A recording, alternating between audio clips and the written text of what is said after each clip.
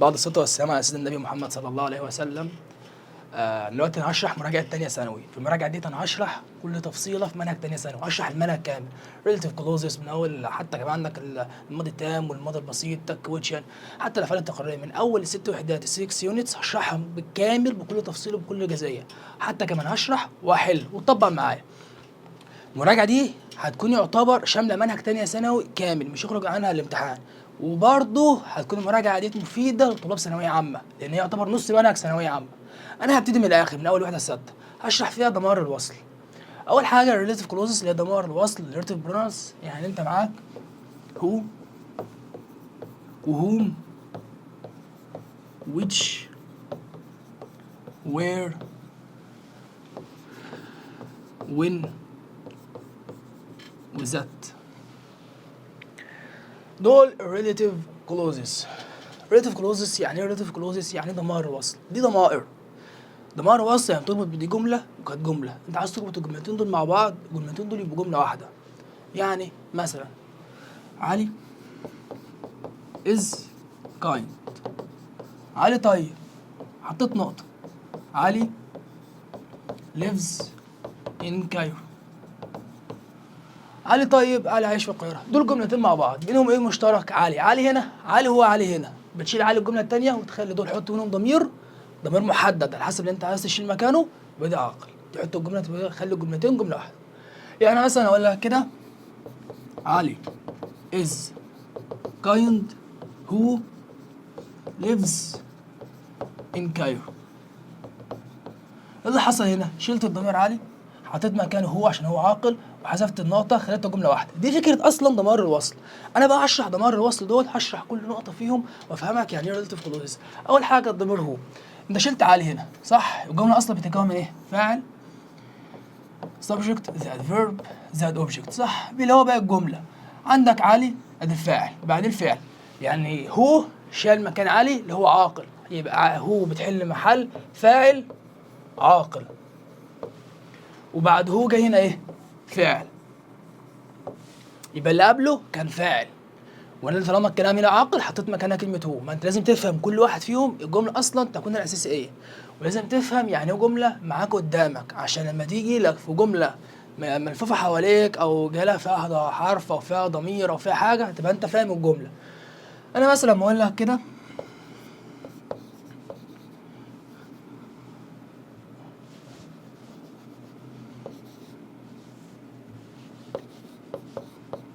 علي who you met is kind، هو علي ده ايه؟ عاقل، انسان عاقل، جمع كلمة ضمير هو صح كده؟ بس بعد هو جاب هنا ايه؟ يو ده ضمير فاعل صح؟ وجاي بعديه فعل صح؟ يبقى هو هنا عايد على المفعول، وعلي عاقل، يبقى علي اللي انا قابلته طيب، ايمت علي اللي انا قابلته ده انسان كويس، ده اللي انا بتكلم عليه، بربط على المفعول، الشخص اللي انا قابلته، الشخص اللي قابل الحدث. انا عايز افرق بين الفاعل والفعل، ان لما يجي لك هنا فعل تعرف ان هي قاعد على فاعل، لو جالك هنا فاعل تبقى عارف ان قاعد على مفعول. وانا بتكلم في واحد عاقل، بتكلم في واحد ايه؟ عاقل. يبقى انا معايا الضمير هو ده بيشير لاما فاعل لاما مفعول عاقل. حلو الكلام؟ حلو الكلام، كلام جميل قوي لحد دلوقتي. في الجمله ديت قلت لك علي هو يو ميت از كايند، ممكن احط كلمه هو، احط مكانها كلمه هو. مالها بقى كلمه هوم ديت؟ هقول لك انا كلمه هوم دي بقى، يعني انا دلوقتي كلمه هوم ديت بتشير لايه؟ مفعول فقط، والاثنين هنا بيكون عاقل. يعني انا ينفع في الجمله ديت قلت لك علي از كايند هو ليفز ان كايرو، وبعد هو جاي هنا ايه؟ فعل صح؟ يعني هنا بتشير لفاعل، هي هوم بتشير لايه؟ مفعول. ينفع احط في الجمله ديت هوم؟ لا. عشان كده عايزك تفرق يعني كانت الجمله بتشير لمفعول ولا فاعل. ليه بقى؟ لان في حاجه اسمها حذف ضمير الوصل. يعني ايه حذف ضمير الوصل؟ لما تكون الجمله بتشير لمفعول ممكن احذف الضميرين دول مع بعض. نفس الجمله دي بالظبط، اقول لك كده علي يو ميت از كايند، حذف ضمير الوصل هنا، هي الجمله زي ما هي خالص عادل المفعول، كان هنا في ضمير وصل حذفته اللي هو واللي هو بس في فرق صغير كده بين كلمه هو وهو. يبقى انا كده معايا دلوقتي كده خدت هو وخدت هو، الاثنين دول بيجي قبلهم عاقل، بس هو بيجي بعدها فاعل فقط لان هي بتشيل لي مفعول صح، انما هو الاثنين مفعول او فاعل، فبيجي هنا كان فعل او فاعل. وانا خدت في حذف ضمير الوصل دلوقتي لما يكون الكلام بيشير لي مفعول زي الجمله ديت ممكن احذف ضمير الوصل عادي جدا. حلو الكلام، حلو الكلام. يعني مثلا لما اقول لك كده teacher not teaches English is طول. المدرس اللي بيشرح انجليزي طويل، مدي كده في الاختيارات هو وهوم وايه وبي، اختار انهي واحد من دول. المدرس اللي بيشرح انجليزي، هو المدرس ده انسان عاقل، انا عارف ان هو الكلام ده عاقل، فانا بدرس قدامي على هو او هوم. لو قلت المدرس اللي بيشرح يعني الكلام فاعل ولا مفعول؟ فاعل، هو اللي هيشرح، هي هو بتشير لايه؟ لمفعول، فما ينفعش اختار هو، تبقى الاجابه هنا هو بس. انما لو قلت لك كده teacher you met is nice، المدرس اللي انت قابلته لطيف، هنا بشير للتيتشر، هنا مفعول، ساعتها هو ممكن تبقى صح وساعتها هم تبقى صح، فتبقى الاجابه هنا لتر او بي، حط هنا هو او حط هنا هو. حلو الكلام. في مشكله لحد دلوقتي بين مشكله هو وهم؟ لا مفيش اي مشكله خالص. انا اول حاجه شرحتها خالص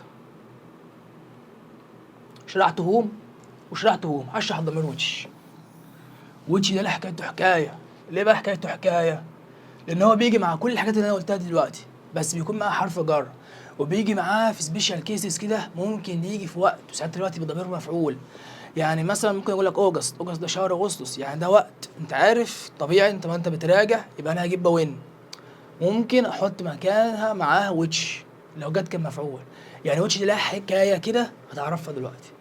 اول حاجه كلنا عارفين ان كلمه ويتش بتشير لحاجه قبلها غير عاقل، بتشير لحاجه قبلها ايه؟ غير عاقل. يعني مثلا كده car which I bought is red، العربيه اللي انا اشتريتها حمرا. which بتشير لكار، الضمير اللي قاعد عليها حاجه هنا غير عاقل. هو بعد which جه هنا الضمير ايه؟ I، فاعل ولا فعل؟ فاعل، يبقى اللي قبلها عايد الضمير على مفعول ولا فاعل؟ هنا دي كده فاعل، يبقى اللي قبلها مفعول، يبقى ويتش في الجمله ديت عايده على مفعول غير عاقل.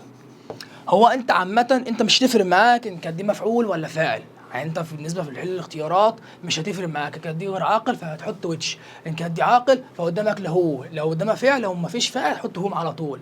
ده خلاص الكلام اللي انا قلته. الاختيارات سهله وما فيهاش اي فكره، بس لما يجي لك في السبيشال كيسز بالنسبه انت لثانويه عامه وبالنسبه للنظام الجديد لازم تكون فاهم فكره الجمله جت ازاي وبتتحل ايه، لان هو ممكن يوقعك في كلمه، ممكن يوقعك في حرف جر. اقول لك كده car which chased you is dangerous.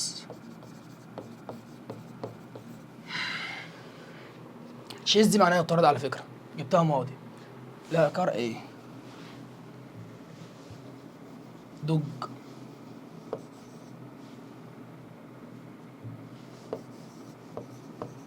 طبعا انت عارف دوج يعني ايه؟ دوج يعني كلب. دوج which chased you is dangerous، و dangerous معناها خطير. الكلب اللي كان بيطاردك خطير، الكلب اللي كان بيطاردك صح؟ جاي هنا ايه؟ تشيز، يطارد، فعل، فاللي قبله هنا ايه؟ فاعل. هي اصلا في الجمله تتكون من فاعل فعل، ده تكون الجمله عندك اساسي.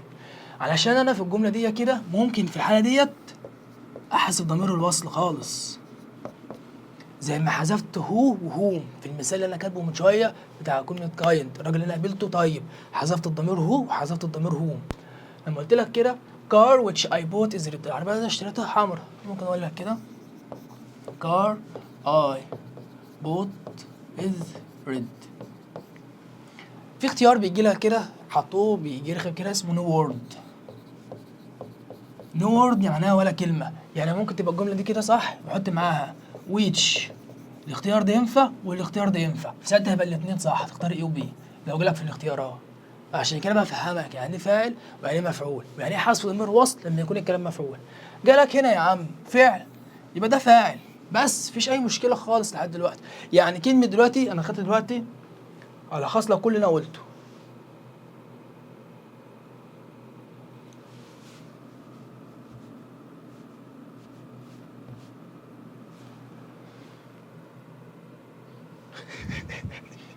مش هريحة ولا ايه؟ اعمل ايه طيب؟ امسح؟ تعالى امسح كله.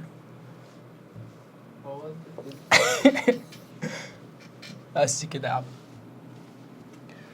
كل اللي انا قلته بقى دلوقتي، قلت لو عاقل ببص قدامي اختار يهو يهو. حلو الكلام. قلت لو غير عاقل بختار هنا ايه؟ ويتش. صعب الكلام لحد دلوقتي؟ ده كل اللي انا قلته لحد دلوقتي، لحد وقتنا هذا كل اللي انا قلته هو. لو جالك هنا انسان عاقل تختار يهو يهو، لو غير عاقل ويتش. واظن انت فهمت يعني ايه فاعل ويعني ايه مفعول. حلو حلو. نيجي بعد كده بقى للضمير وير. انا بتكلم في ضمير مش في اداه استفهام. انت عارف ان وير معناها اين بتشيل المكان، بس دي اداه استفهام. يعني مثلا بقول لك كده where do you live. where do you live معناها انت عايش فين. دي كده where اين جاء في الاخر علامه استفهام، دي كده اين المكان تسأل السؤال، دي كده سؤال. حلو. لما انت حتى خدت في الدايركت والاندايركت، وحتى كمان بتيجي في الريليتيف كلوزز، حتى كمان بتيجي في جمل كتير جدا ممكن تيجي معانا اداه ربط. يعني مثلا اقول لك كده where he is، دي كده جمله حتى في الاخر هنا ايه؟ نقطه. لان اصلا مش تكون سؤال، هو السؤال بيتكون من اداه الاستفهام بعد كده الفعل المساعد بعد كده الفاعل. يعني لو في جرامر مباشر وغير مباشر لما بتربط بأداة استفهام هي اياها، بس هو مش عليك بس تكون فاهم ان كانت جمله ولا كانت سؤال. يعني هنا بعد تجيب ايه؟ دي كده ده ربط، جاب وير جاب فاعل جاب بعد كده الفعل، دي كده جمله. انما دي كده سؤال، دي جاب معنى اين المكان، انما دي ده ربط. حلو. دي فكره وير. يبقى وير بتشير لمكان. حلو يابا. يعني ايه بقى مكان؟ هقول لك يابا بص، school where I learn. where عشان تكون فاهم فكرة كلمة وير ممكن يجي لك مكان بس هو مش عايز يربط كان المكان اللي هو فيه. هجيب لك مثال دلوقتي افهمك من كلمة وير، وقلت لك قصة ويتش هتفهمها فيما بعد بالتفصيل. أنا قلت لك المدرسة اللي أنا بتعلم فيها، قلت لك مثلا المستشفى اللي بتعالج فيها، قلت لك البيت اللي أنا بعيش فيه. أنا مثلا لو قلت لك كده school not I bought، بيديك كده في الاختيارات which where when وهو. يلا بكلمة سكول انت هتقول لي ده مكان يا مستر فهختار كلمة وير، هقول لك غلط، اقول لك حمار. اقول لك ليه حمار؟ سكول نوت اي بوت، المدرسة اللي انا اشتريتها زي القلم اللي انا اشتريته. بتكلم معاها كانها شيء، بتكلم معاها كانها مادة، بتكلم معاها كانها حاجة غير عاقل. قلت لك مثلا البيت اللي انا بنيته، او بقول لك البيت اللي انا بنيته والبيت اللي انا عايش فيه، انا بيمثل المكان اكتر البيت اللي انا عايش فيه، فده مكان ده هجيب معاه وير. انما البيت اللي انا بنيته كان معاه كشيء كماده ساعتها اجيب معاه ويتش. فلما يجي لك في المثال ده سكول نوت اي بوت، المدرسه اللي انا اشتريتها، انا واحد غني ومعايا فلوس كتير واشتريت مدرسه تعال معاها كشيء زي قلم، ساعتها اجيب معاها ويتش. حلو. طب كلام جميل لحد دلوقتي. لو قلت كلمه وير بتشير لايه؟ لمكان صح؟ ممكن وردها بتساوي which زائد حرف جر مناسب. يعني ايه الكلام ده؟ اقول لك انا يعني ايه الكلام ده.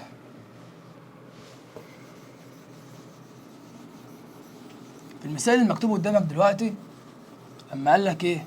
قال لك school where I learn، صح؟ ممكن نفس المثال ده اهو بيساوي school in which I learn. يبقى كلمة where سامت بتساوي which زائد حرف جر مناسب. هي ده school in which I learn بتساوي school where I learn. وعلى فكرة حرف الجر ده اهو ممكن يجي بعد which هنا عادي، ممكن يجي في آخر الجملة عادي. يعني ممكن أقول لك كده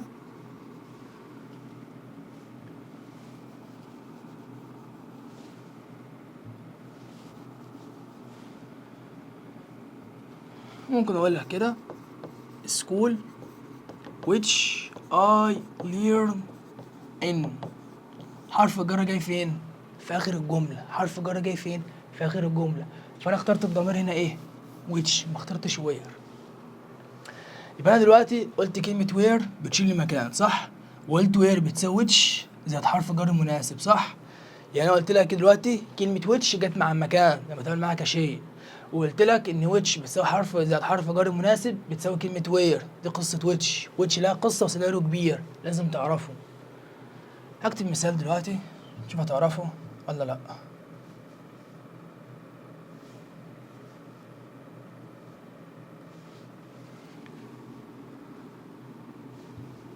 بس خلاص. قلت لك home not I live in is big. اديك في الاختيارات who، ومديك which، ومديك where.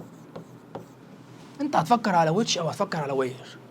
مديك home not I live in is big، هتختار انهي واحد؟ where ولا which؟ انت مش عارف تختار who لان هو اصلا بيشيل حاجه عاقل. تختار home المكان اللي عايش فيه كبير، تختار where ولا which. حرف الجر هنا in فاختار which. شوف جالك حرف جر فين؟ ما هو ما ينفعش يبقى فيه حاجتين عايدين على نفس المكان. ما ينفعش اقول لك كده car which I like it.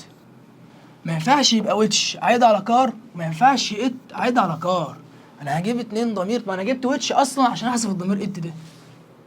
انا جبت which ده عشان بجيب الضمير ده عشان اعيد على الكلمه دي، بجيب حاجه واحده بس اعيد عليها، ما ينفعش اجيب معاها كلمه it. هي نفس فكره المثال ده، والجمله دي جت في ثانويه عامه قبل كده على فكره. الجمله دي لو قلت لك مثلا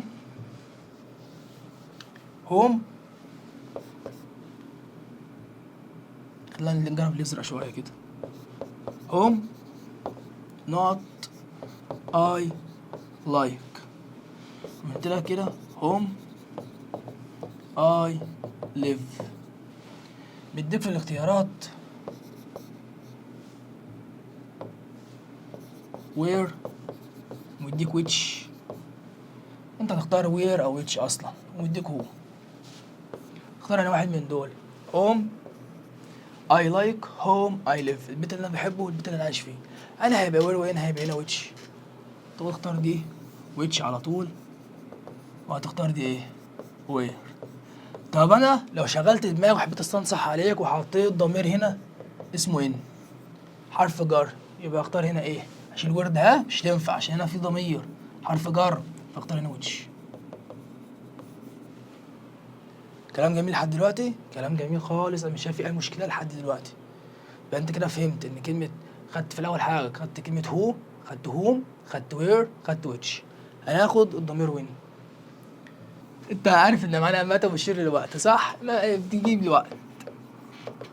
اقول لك مثلا 2012 is the year when I go to Luxor. 2012 ده ايه؟ سنة، صح؟ يعني وقت. الوقت لما كانوا بكلمة هنا ايه؟ when. يعني لما يكون الكلام بيدور على وقت، شهر، سنة، يوم، ساعة، اختار الضمير هنا ايه؟ when. طب مثلا لو قلت لك كده Friday is the day not I don't go to school.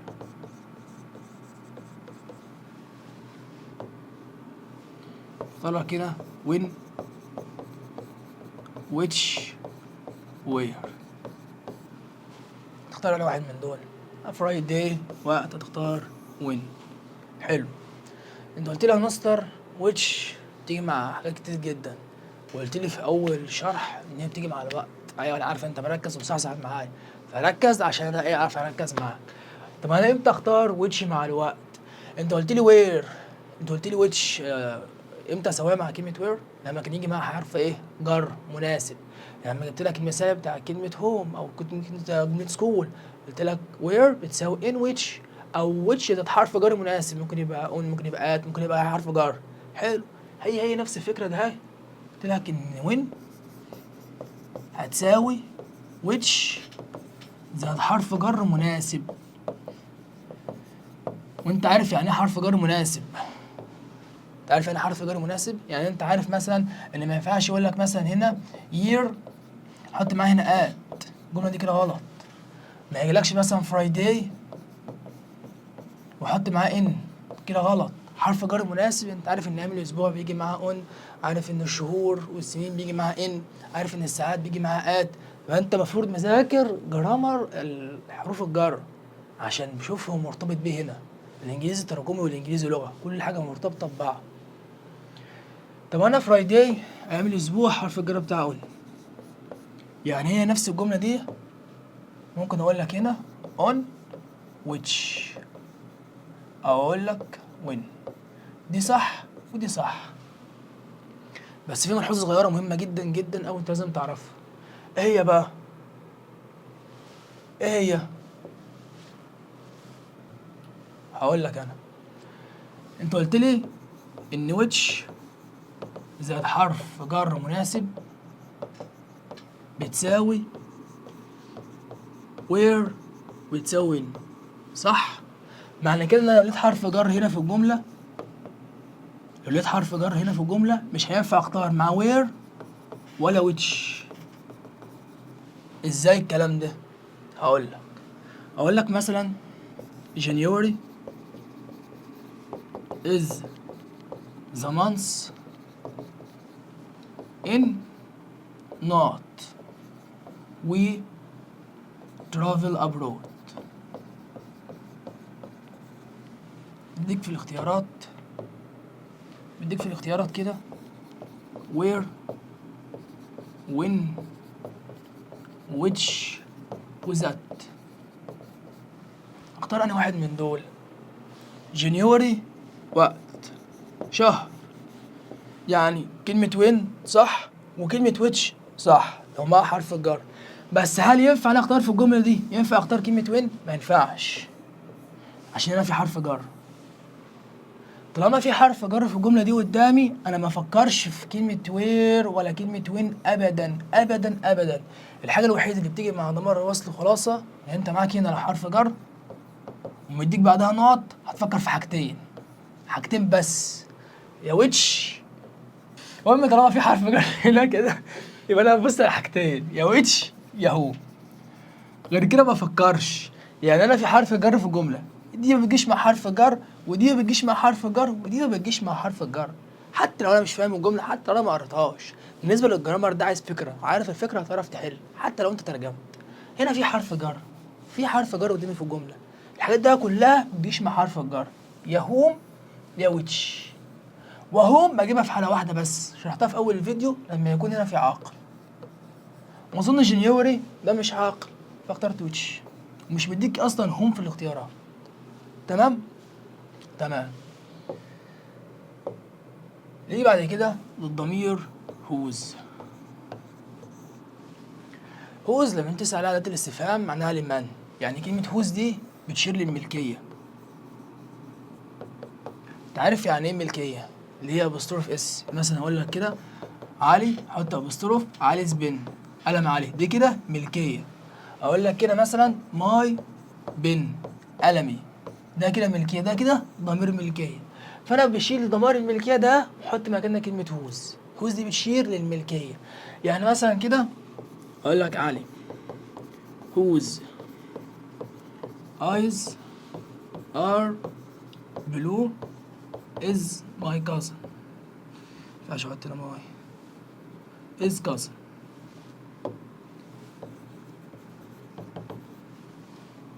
يبقى الحاجة ديت ملك دي. كلمة هوز بقى بيجي بعدها اسم. هي جت قاعدة كده كتير جدا في الكتب اللي حفظتها، بس هو مش جايب لك قاعدة بالنص ومش جايب لك بالنص. مع الاسم مع الضمير ما ينفعش احط فاصل، ما ينفعش احط اداة تنكير ولا اداة معرفة اللي هي وان وذا، لان في طلبة كتير بتتلخبط. انا مثلا اقول لك كده فلات نوت بلكوني از بيج، الشقة اللي بلكونتها كبيرة، فانت بالتالي هتختار هنا الضمير هنا هوز. حلو، لان الحاجة ديت ملك دي. وانا بتكلم بهوز انا مش بتكلم في عاقل او غير عاقل. ممكن اقول لك الحصان اللي ديله ناعم، ممكن اقول لك القميص اللي مثلا كمامه طويله. يعني ممكن تبقى هنا عاقل وغير عاقل، ممكن يبقى هنا غير عاقل وهنا غير عاقل، مش شرط، عادي. يعني ما تربطش ان هوز ممكن تبقى اسم عاقل او غير عاقل، ملهاش علاقه خالص. طب انا جبت فلات دي شقه، جبت هنا علي، المهم ان الحاجه دي ليها علاقه بالدي، المهم ان الحاجه ديت ملك دي. ما كلمه هوز بشيل الملكيه. بس انا بجيبها هنا مفيش فاصل. في طلبه كانت قالت لي ليه ممكن مثلا ما يبقاش وير، ممكن اقول لك مثلا اللي فيها البلكونه كبيره، لو بتكلم عليها كلمه وير لازم يبقى في هنا ضمير فاصل، لازم هنا في ضمير فاصل. كلمه شرط هوز مفيش فاصل بينها والاسم، مفيش فاصل نهائي مع كلمه هوز. تمام. لان انا دلوقتي الجمله ديت قلت علي هوز ايز، صح؟ ممكن نفس الجمله ديت كده اقول لك كده علي هو هاز. يعني كلمة هوز بتساوي هو هاز. هو جايبها كده في اللانجوج هنتس، يعني مش جايبها في شرح الجرامر بس، ممكن يجيب لك في السبيشيس كيسز، او ممكن يجيب لك في تشيكر اندرستاند. ممكن اقول لك كده علي هوز ايز، علي اللي عينيه، ممكن اقول لك علي اللي عنده عيون، هي دي بتساوي دي، واكمل الجملة زي ما هي. ممكن اقول لك برضو علي ويز ايز، نفس الجمله، واكمل الجمله زي ما هي خالص. يعني الجمله دي بتساوي دي والجمله دي بتساوي دي. هي الافكار دي محتاج انت تعرفها، عشان لو جات لك مثلا في الشيكر اندرستاند، او مثلا يجي لك مثلا which is correct sentence، اي من الجمل دي صحيحه. بيجي لك كتير في الجرامر في افكار محتاجه تكون انت بتشغل دماغك فيها، تعرف الجمله دي صح ولا غلط. يعني حتى عندك في رايتنج سكيلز، مهارات السكيلز، مهارات الكتابه، يجي لك جمله فيها حرف واحد بس غلط وانت مش واخد بالك. انا دلوقتي كده خدت هو وخدت هوم وقلت which وقلت where وقلت when، حلو الكلام، وقلت whose. في ضمير تاني ما خدتوش اسمه ذات، وذات ده انا كتبته لوحده لان ذات هو اللي هيجيب لك عليها في الامتحان، والجمله اللي هتجيلك ان ذات لا ياتي في الجمله الاعتراضيه، هي دي اللي هتجيلك في الامتحان. هو لما يحب يشغل دماغه في جمله ذات مش هيجيب لك في جمله اعتراضيه، هيجي لك جمله يعني اصلا جمله اعتراضيه. يجي لك مثلا هنا كلام، اقول لك كده مستر يوسف نقط is taught not teach English. جايب لك هنا كوما وهنا كوما، جملتين، دي جمله بتتحط في نص الجمله، جمله اعتراضيه، جمله مالهاش اي لازمه، ممكن تتشال. يعني ممكن دلوقتي لك مستر يوسف نوت هو ستول نوت تيتش انجلش، الكلام اللي في النص ده ملوش اي لازمه، هتلاقي الجمله فاصل بين جملتين، في هنا كوما هنا وكوما هنا، دي اسمها الجمله الاعتراضيه. وهيجي لك في الاختيارات من ضمنهم ذات مش هتيجي، لان ذات ما ينفعش تتحط في الجمله الاعتراضيه. كلام حلو. سألت بقى، يعني انت عارف ان اصلا كلمه ذات ديت امتى تيجي؟ امتى تيجي كلمه ذات؟ لو بحط معاها كلمه هو او which. معنى كده ان كلمه ذات ممكن تيجي مع حاجه عاقل او غير عاقل. يعني ممكن كلمه ذات بتساوي هو او بتساوي which، بس انا دلوقتي خدت شرط اساسي مع كلمه ذات ان هي بتجيش في الجمله الاعتراضيه. هو انا قلت اللي بيجي مع حرف الجر، قلت دلوقتي وانا بكتب على السبوره دلوقتي كتبت اللي بيجي مع حرف الجر، لما قلت في جمل كده اساسيه اللي بيجي مع حرف الجر حاجتين بس، هوم وويتش. ذكرت من ضمنهم كلمه ذات، يعني قلت ذات بتيجي مع حرف الجر؟ لا، معناها كده ان كلمه ذات ما بتجيش في الجمله الاعتراضيه وما بتجيش مع حرف الجر. هم دول اهم ركنين اساسيين في كلمه ذات. غير كده ذات ممكن تختار في بيت الاختيارات عادي، وممكن تختار جميع ما سبق عادي في جميع الاختيارات عادي. يعني مثلا لما يديك كده هو، ومديك ويتش، ومديك ذات، ومديك وير، تختار انا واحد من الاختيارات. هل ذات تنفع؟ لا، عشان دي جمله اعتراضيه بختار كلمه هو. انما في الطبيعي اصلا في بدايه الكلام ممكن الجمل كلها تنفع معاها كلمه ذات، ما عدا اللي بيجيش فيها حرف جر. يعني ممكن اقول لك كده علي نقط examine the home is كذا، وبقيت الجملة عادي. يجي لك في الاختيارات هو، ويجي لك ذات، ويجي لك which، ويجي لك لتر A و B. علي عاقل، هو صح، وذات صح، فدي تنفع. ممكن اشيل لك كلمة علي ده، اشيل لك كلمة علي في الجملة ده خالص، واحط مكانها كلمة عاقل، واقول لك مثلا كده هو، وليكن المثال، فانت عارف ان دي غير عاقل، فوتش صح وذات صح، فاختار دي وهختار دي. ان كلمة هو وويتش بيساوي كلمة ذات، بس ذات لها شرطين اساسيين يا عم، ما ينفعش يجي في الجملة الاعتراضية، وما ينفعش يجي معاهم حرف جر. لو انا دلوقتي ذكرت امثلة دلوقتي، اشوف انت فهمت حاجة من اللي انا قلتها دي ولا لا. احاول اكتب امثلة عشان اعرف تفهمها ولا لا، ماشي؟ اقول لك كده the place which I go always. اقول لك كده the company not I work there. بيديك كده the horse not tail is black. بيديك جملة كده عادل إمام، عارف عادل إمام؟ عارفه يا صلاح؟ is funny. بص يا معلم صلاح، ركز معايا، هديك في الاختيارات دلوقتي حول هو which اللي هي ضمائر الوصل عموما، عايزك تحطهم لي بقى انت في الاختيارات دي.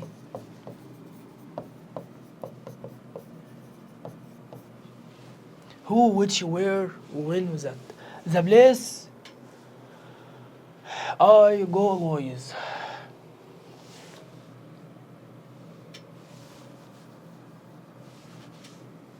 اختار لي من دون صلاح. the place not I go always، المكان اللي بروح فيه على طول. the place ده مكان صح؟ ايه اللي بيجي مع المكان؟ ايه اللي بيربط المكان؟ كلمة وين، كلمة وير، عشان هنا ايه؟ مكان. حلو. بيديك ذا كومباني نوت اي ورك ذير، الشركة اللي انا شغال فيها. هختار هنا ايه؟ الشركة دي ايه؟ مكان. يا نهار ابيض على السوداء، يا نهار ابيض، ده لازم فيديو احرص تتحدث على فكرة. ذا هورس تيل از بلاك، الحصان اللي ديله اسود، ديله دي حاجة ملك دي، فاختار هنا ايه؟ هوز. عادل امام نقط بلايز از فاني، واحد يقول لي بلاي دي يلعب، فاختار هنا هو، صح كده؟ اقول ده غلط. ليه؟ لان بلايز هنا جاء بمعنى مسرحيات، جاء نون، جاء اسم.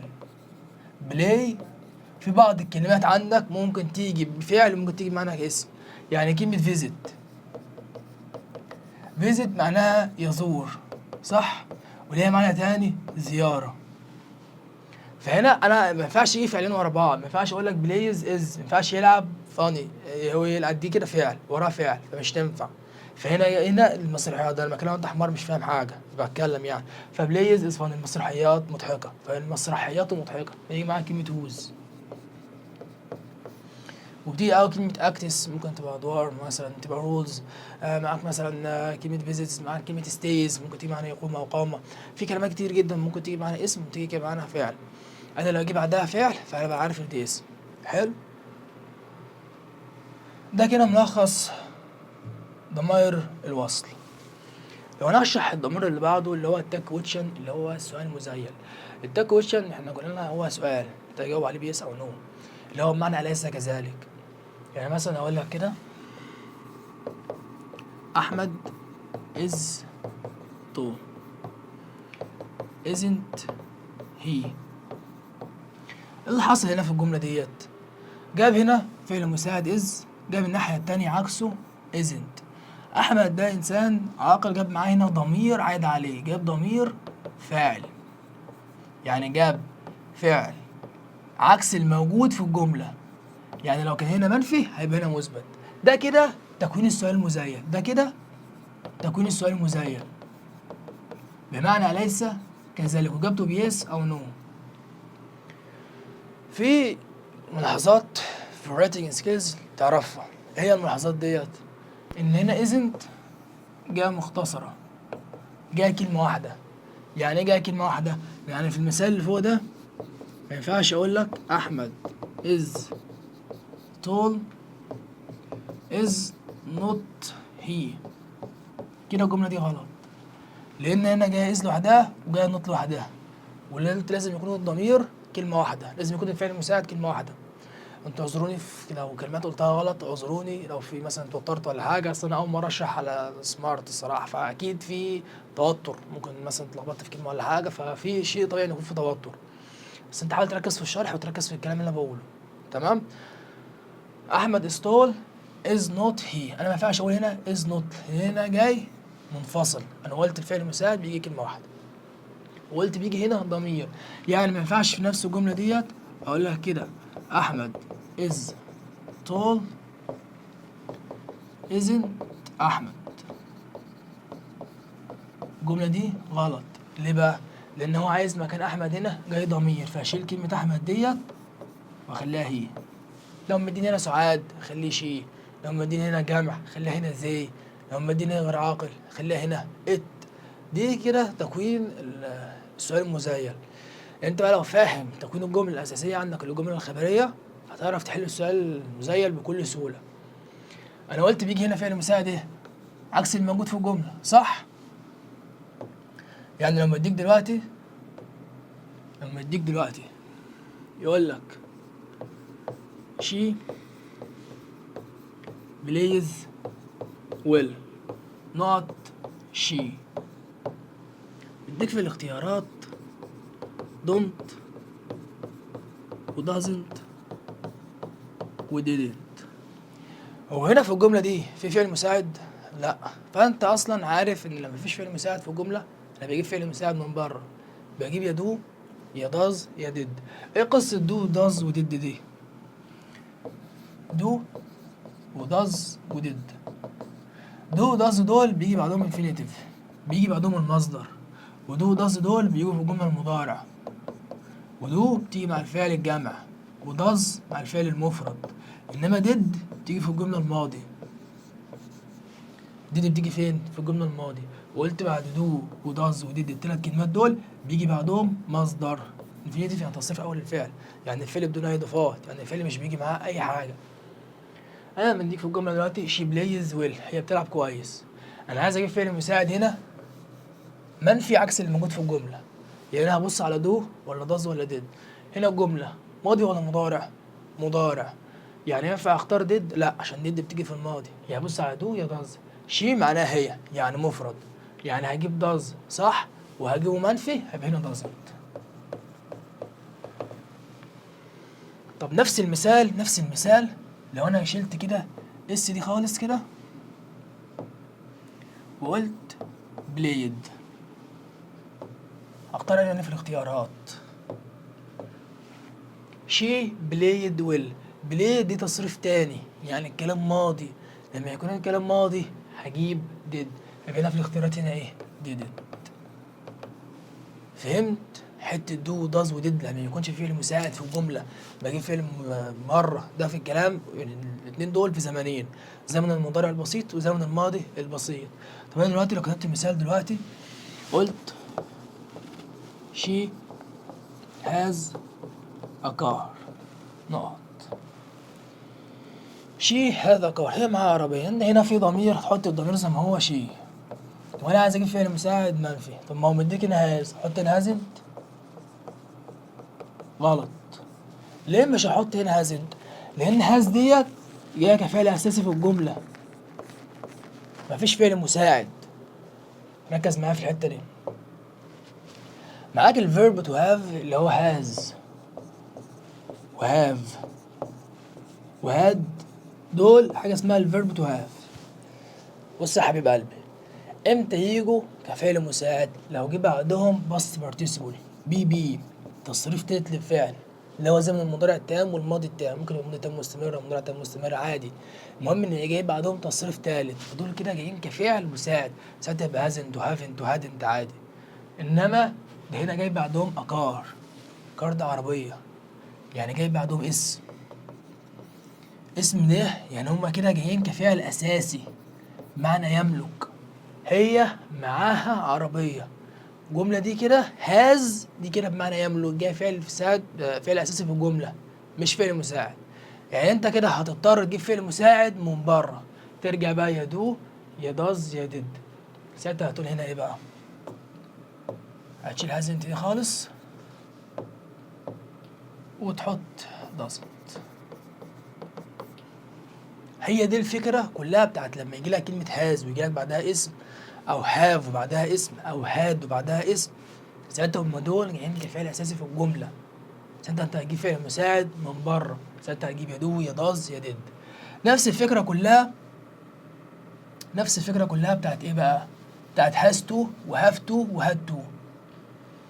يعني مثلا أقول لك كده you have to study، أنت المفروض تذاكر نقط، ومديك هنا يو هتنزل يو زي ما هي.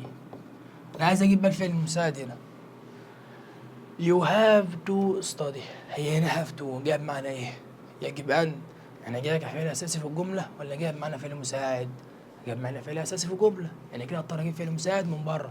ما هو انا بجيب الفعل المساعد لو كان هنا مثبت هنا بيبقى منفي، لو هنا منفي يبقى هنا مثبت. هي دي فكره السؤال المزايل اصلا، بس انا الفكره كلها ان احط فعل مساعد صح. You have to study، انت المفروض تذاكر not you. You have to قلنا جاي كفعل اساسي في الجمله، ساعتها هتجيب فعل مساعد من بره. هنا have مضارع ولا ماضي؟ مضارع، ويو الفعل جمع، تحط هنا don't you عشان هنا الكلام ايه؟ مثبت، وطالما الكلام مثبت يبقى هنا ايه؟ منفي. ما انا دلوقتي قلت has to وقلت have to وقلت had to وقلت has وهاف وهاد، لو جه بعدهم اسم ساعتها هفكر في حته do وdoes ودid.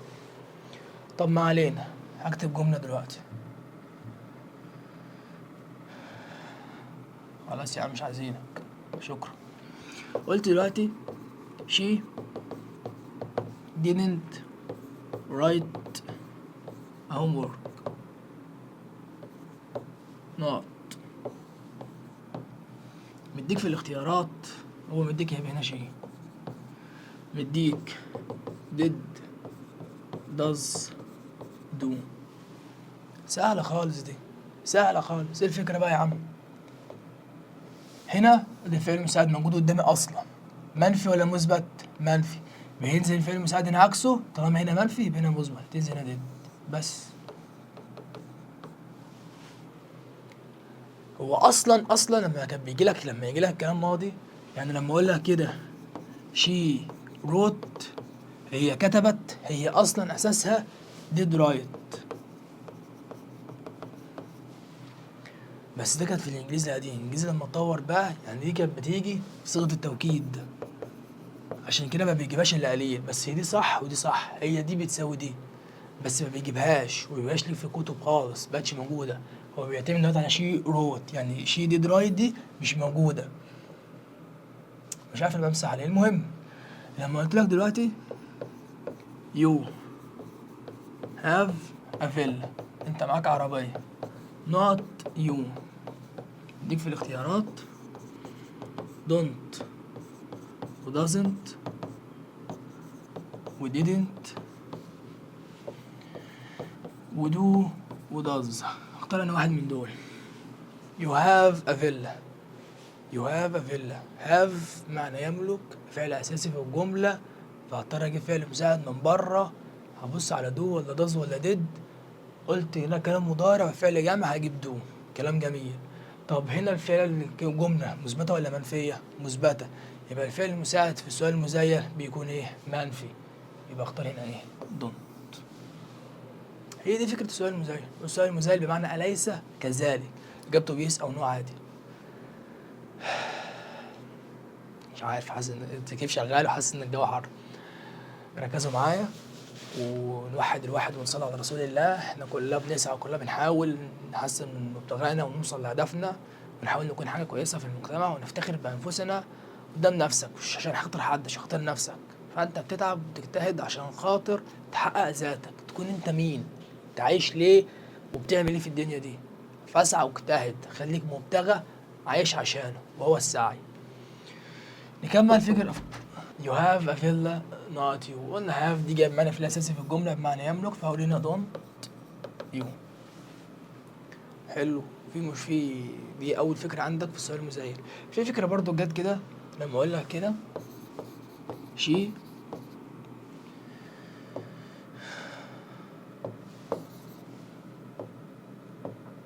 خلينا في الأحمر بقى. she has got a goat not she.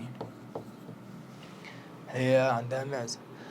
في الكتاب عندك هتبقى hasn't.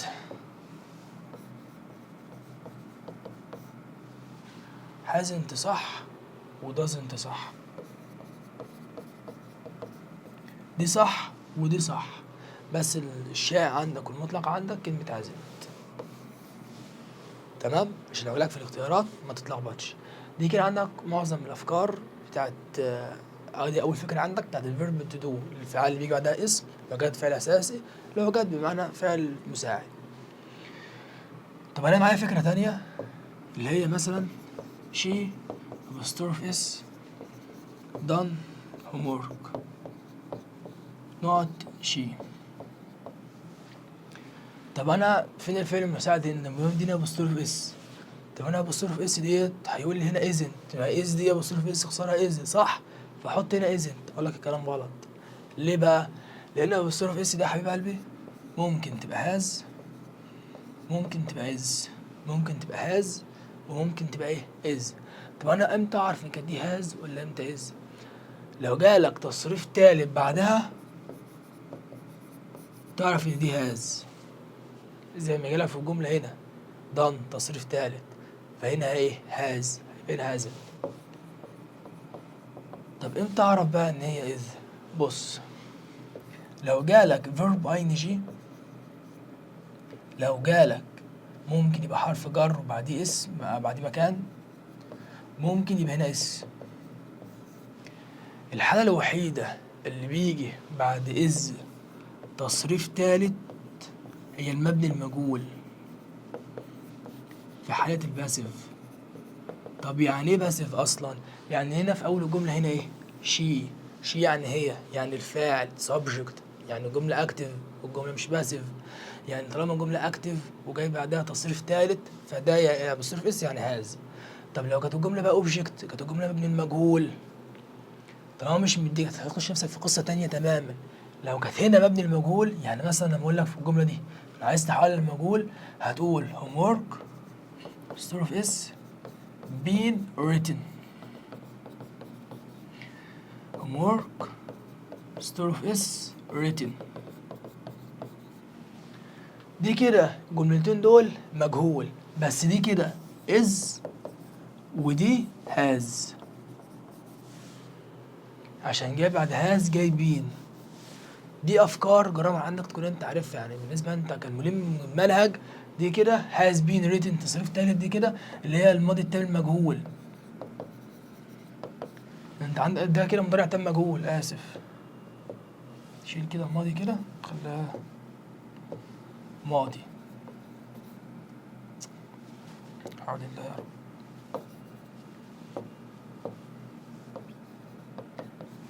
انت عندك المضارع التام بيتكون من هاز وهاف زي تصريف ثالث. لو عايز تجيب مبني المجهول اللي هو اوبجكت في اول الجمله تلاقي هاز هاف بين تصريف ثالث. ده كده بالنسبه للمضارع التام والماضي التام المجهول. انما بتكلم في ابوستروف اس ما بيكونش في كلمه بين خالص، هي التصريف الثالث على طول. ده كده مضارع بسيط مجهول. انما اللي فوق مضارع تام مجهول. الاتنين في اول الجمله دي كده فاعل. ده كده شرحت فكره تانية تماما بره عن اللي انا بقوله. بس انا قلت لك ابوستروف اس جالك سبجكت في اول الجمله، لو هيجي لك بين، طالما دي هاز هيبقى هنا بين، مفيش بين يبقى دي از. لو بكلم في اول الجمله الاوبجكت اللي هو المفعول. بديك في الاختيارات دلوقتي شي ابوستروف اس دان هوم ورك. قلنا هنا هازنت لان جاي هنا هاز، لان جاي بعدها تصريف ثالث. طب مثلا انا لو كتبت جمله تانية وقلت لك كده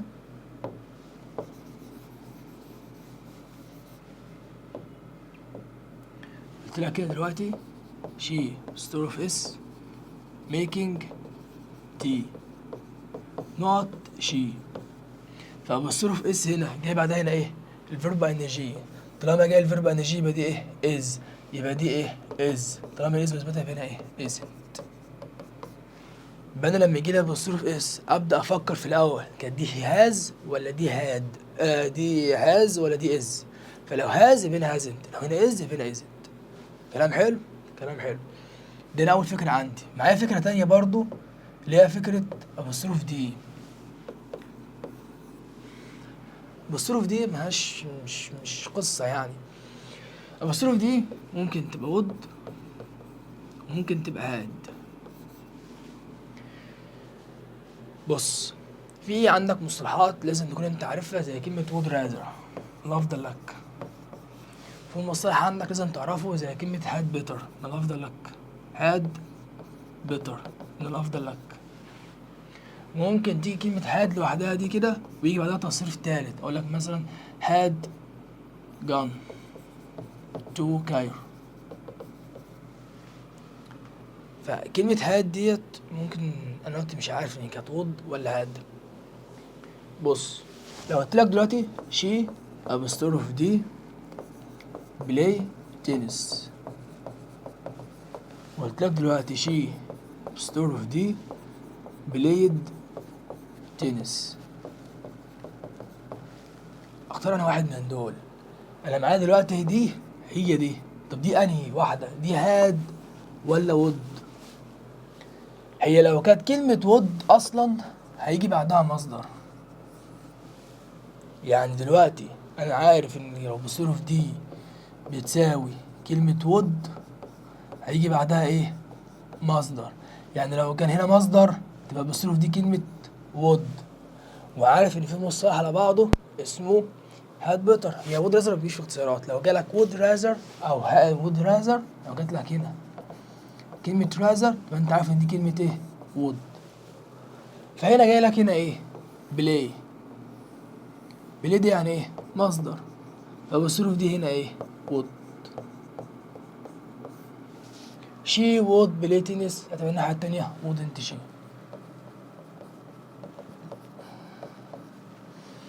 بقول لك شي نوت بلايد تنس، هنا جاي بعد هنا ايه؟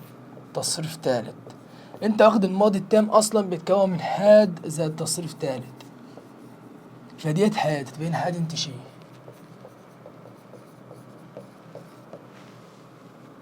بقول لك برضك على حاجه، نصيحه قويه. التصريف التالت ده اللي هو الباست بارتيسيبل في الانجليزي عموما ما بيبقالوش غير حالتين، يا اما تام يا اما مجهول. لو انت بتشرح دلوقتي فابوستروف اس، قلت لك لو جه بعد ابوستروف اس ممكن يجي تصريف تالت، صح؟ قلت لك بس يجي الاوبجكت في اول الجمله، بس ساعتها هيكون ايه؟ مجهول. وقلت ان ابوستروف اس بيجي بعدها تصريف تالت اللي هو زي المضارع التام، ساعتها جاي التصريف التالت جاي ايه؟ تام. يعني لما بيجي مجهول شرط اساسي يجي قبل الفيرب تو بي. عشان كده قلت لك لو بصرف اس هاز هحط كلمة بين. يعني شرط اساسي عندي، ده ركن اساسي المبني المجهول اللي هو فيرب تو بي زائد تصريف ثالث، ده فكرة المبني المجهول، ده ركنين اساسيين للمبني المجهول، فيرب تو بي زائد بس بارتيسيبل تصريف ثالث، ده اي مبني مجهول. وانا عارف ان في المبني المجهول يبتدي في اول جملة الاوبجكت، الاوبجكت يعني المفعول، يعني الشيء اللي بيقام الحدث. طب فكرة التام، التام يعني verb to have. يعني انت عندك المضارع التام has و have ذات تصريف ثالث، عندك الماضي التام had ذات تصريف ثالث. يعني انا في الجملة ديت she مصروف دي بلاي التنس، فمصروف ديت بتساوي كلمة had ذات تصريف ثالث اللي هو زي من الماضي التام، she had بلاي التنس، had هتبقى هنا had انت شي. يبقى انا دلوقتي لو جالي مصدر يبقى would، جاي تصريف ثالث يبقى had. في أول الشرح شرحت ال relative clauses و relative pronouns، شرحت who whom which where when whose و that. جيت بعد كده شرحت على التاج كويشن، خدت ركنين أساسيين في التاج كويشن، خدت فكرة has و have، خدت أول حاجة فكرة الفعل الأساسي اللي هو verb to have، الverb to do، بعد كده خدت بصروف اس، بعد كده بقول بصروف دي. طب أنا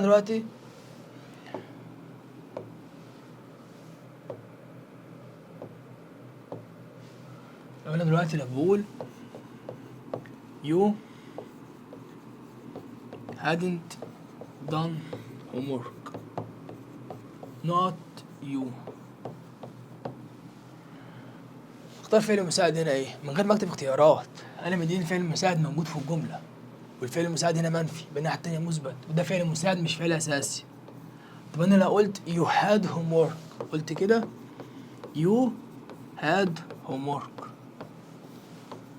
you had homework، ساعتها هجيب فعل مساعد من بره، لان had هنا جاي بعدها homework، جاي بعدها اسم، جاي بعدها noun، ساعتها دي فعل اساسي في الجمله، وهاد ماضي تصريف تاني فهجيب did، وكلام مثبت يبقى هنا منفي didn't، يبقى didn't he.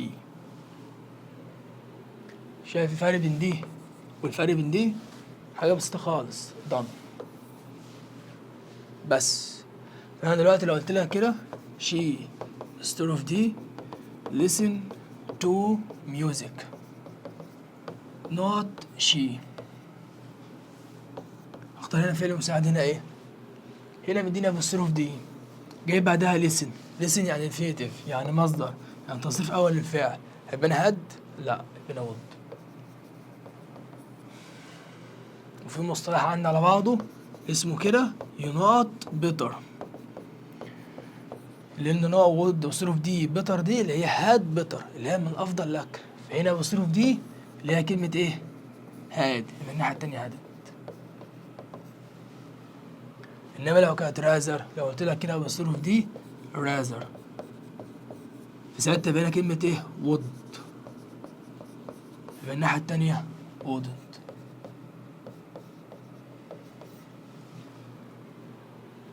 كلام جميل كده. أنا دلوقتي خدت كام فكرة في السؤال المزيل، خدت الفيرب to do، وخدت الفيرب to have، وخدت بصروف اس، وخدت بصروف دي. معايا أفكار تانية كتير جدا بالنسبة للضمير، بالنسبة للحرف الجر ده اللي هو الضمير الفاعل.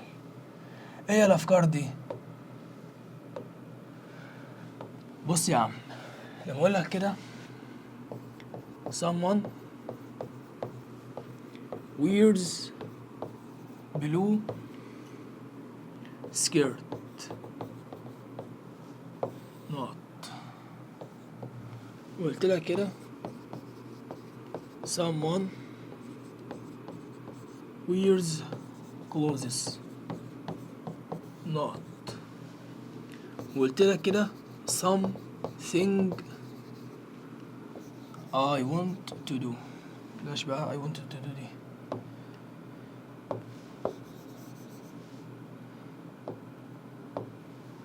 something happened in Luxor.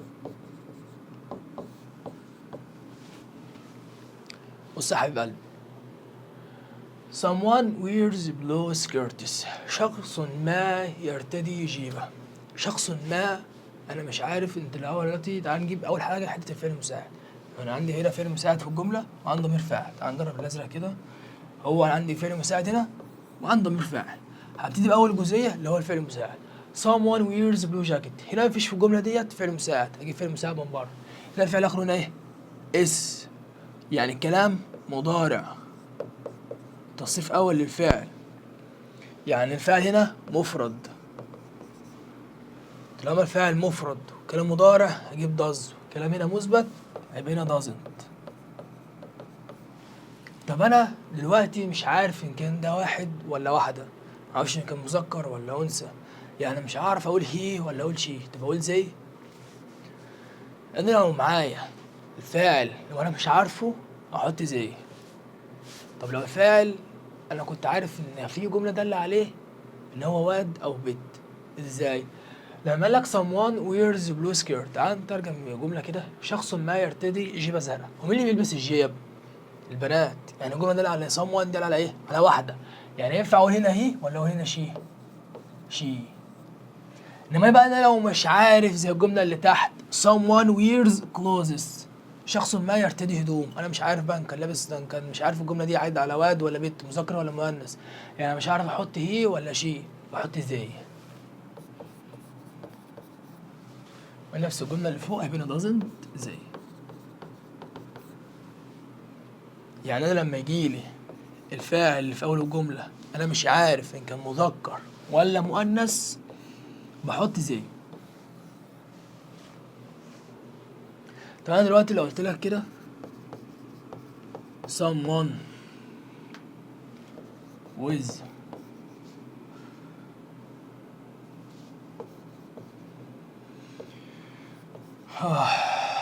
hard hand not someone with hard hand، شخص ما بيد خشنة. أنا بحدد الجملة على شخص بعينه. الجملة لو كانت معلومة الهوية، يعني أنا عارف اللي قدامي اللي بحدد عليه واحد أو واحدة، اللي أنا بحدد عارف واحد يبقى هي، واحدة شي. وأنا مش عارف خالص إن كان ده واحد أو واحدة، حتى لو كان الفاعل مفرد أختار إزاي. فهنا كانت الجملة أنا عارف هختار هي، عشان عارف إن هو هنا إيه؟ ولد. تمام؟ something happened in Luxor. انا هجيب الفعل المساعد هنا happened تصريف تاني عن الكلام ماضي، هيبقى هنا didn't. ماشي. طب انا عايز بقى ضمير الفعل اللي هنا بقى something. thing دي معناها شيء، شيء دي معناها غير عاقل، حط it بس. يعني لو الكلام هنا غير عاقل بحط ايه؟ it. طب مثلا لو قلت لك كده cats are black، نقط، هنا are هيبقى هنا art. سهلة دي. طب انا احط ضمير مفعول هنا كات ولا كاتس؟ كاتس مفرد ولا جمع؟ جمع. قلت طالما الكلام جمع انا مش عارف عاقل ولا غير عاقل بحط زي.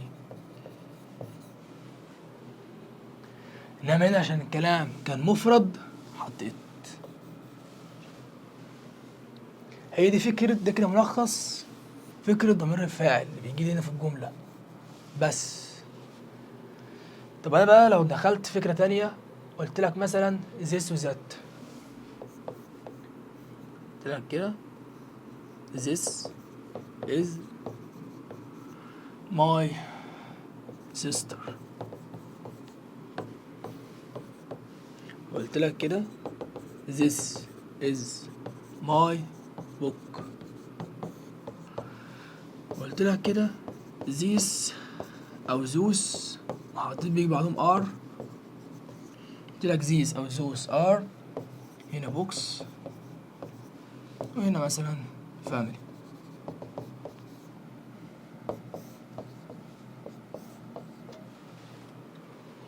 This is my sister، هنا is هيبقى هنا isn't.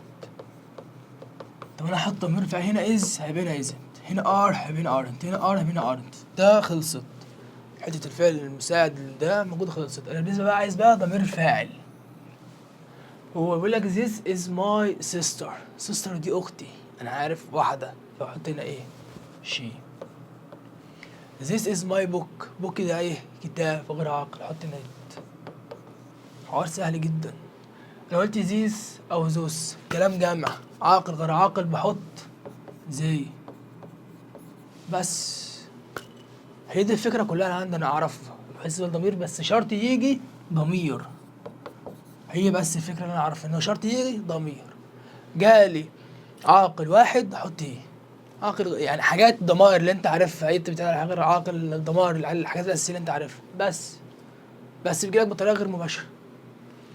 طب انا دلوقتي لو قلت لك كده this is my family، هذه عائلتي، هختار هنا ايه؟ isn't. طب انا بقى احط هنا they ولا احط ايه؟ this is my family هحط هنا it. ازاي ده فاميلي عائله، ده حاجه عاقل، ازاي حطيت it غير عاقل؟ لان بتكلم معاها كانها حاجه واحده.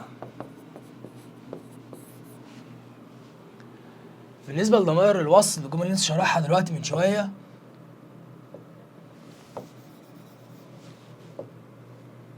وقلت لك كده my family which is happy.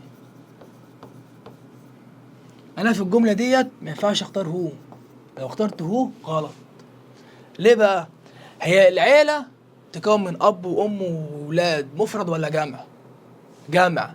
طب انا لو بتكلم معاها كانها مفرد بتكلم مع العيله كلها حاجه واحده كشيء، لو بتكلم معاها كجمع بتكلم كافراد العيله فتبقى عاقل. هو جاب هنا ايه؟ از، فبتكلم كعيله حاجه واحده، ساعتها جاب حاجه غير عاقل جاب معاه ويتش. انما لو قلت لك هنا ار، ساعتها بتكلم على فرد كل واحد في العيله، على الاب والام والاخوات، ساعتها ده جمع، ساعتها ده انسان بني ادمين عاقلين، فاختار معايا هو. وفي كلمات كتير جدا ممكن تيجي معاها از وممكن تيجي معاها ار، اختلاف المعنى، زي كلمه تيم فريق. انا مثلا هقول لك كده لو جبت معاه الفعل مفرد يبقى بتكلم كتيم كشيء، فريق كشيء، ساعتها معاه غير عاقل. انما لو قلت لك كجمع بتكلم على افراد اللعيبه، ساعتها تبقى عاقل واجيب معاه هو والفعل يبقى جمع. انما this is my family جز، جاب هنا مفرد، دي عيلتي، كلام معاها كحاجه. في نفس الفكره كلها بتاعت كلمه سكول، فجاب معاها هنا it، جاب هنا ايه؟ which، ودي حاجه بتشيل غير عقل. وصلت؟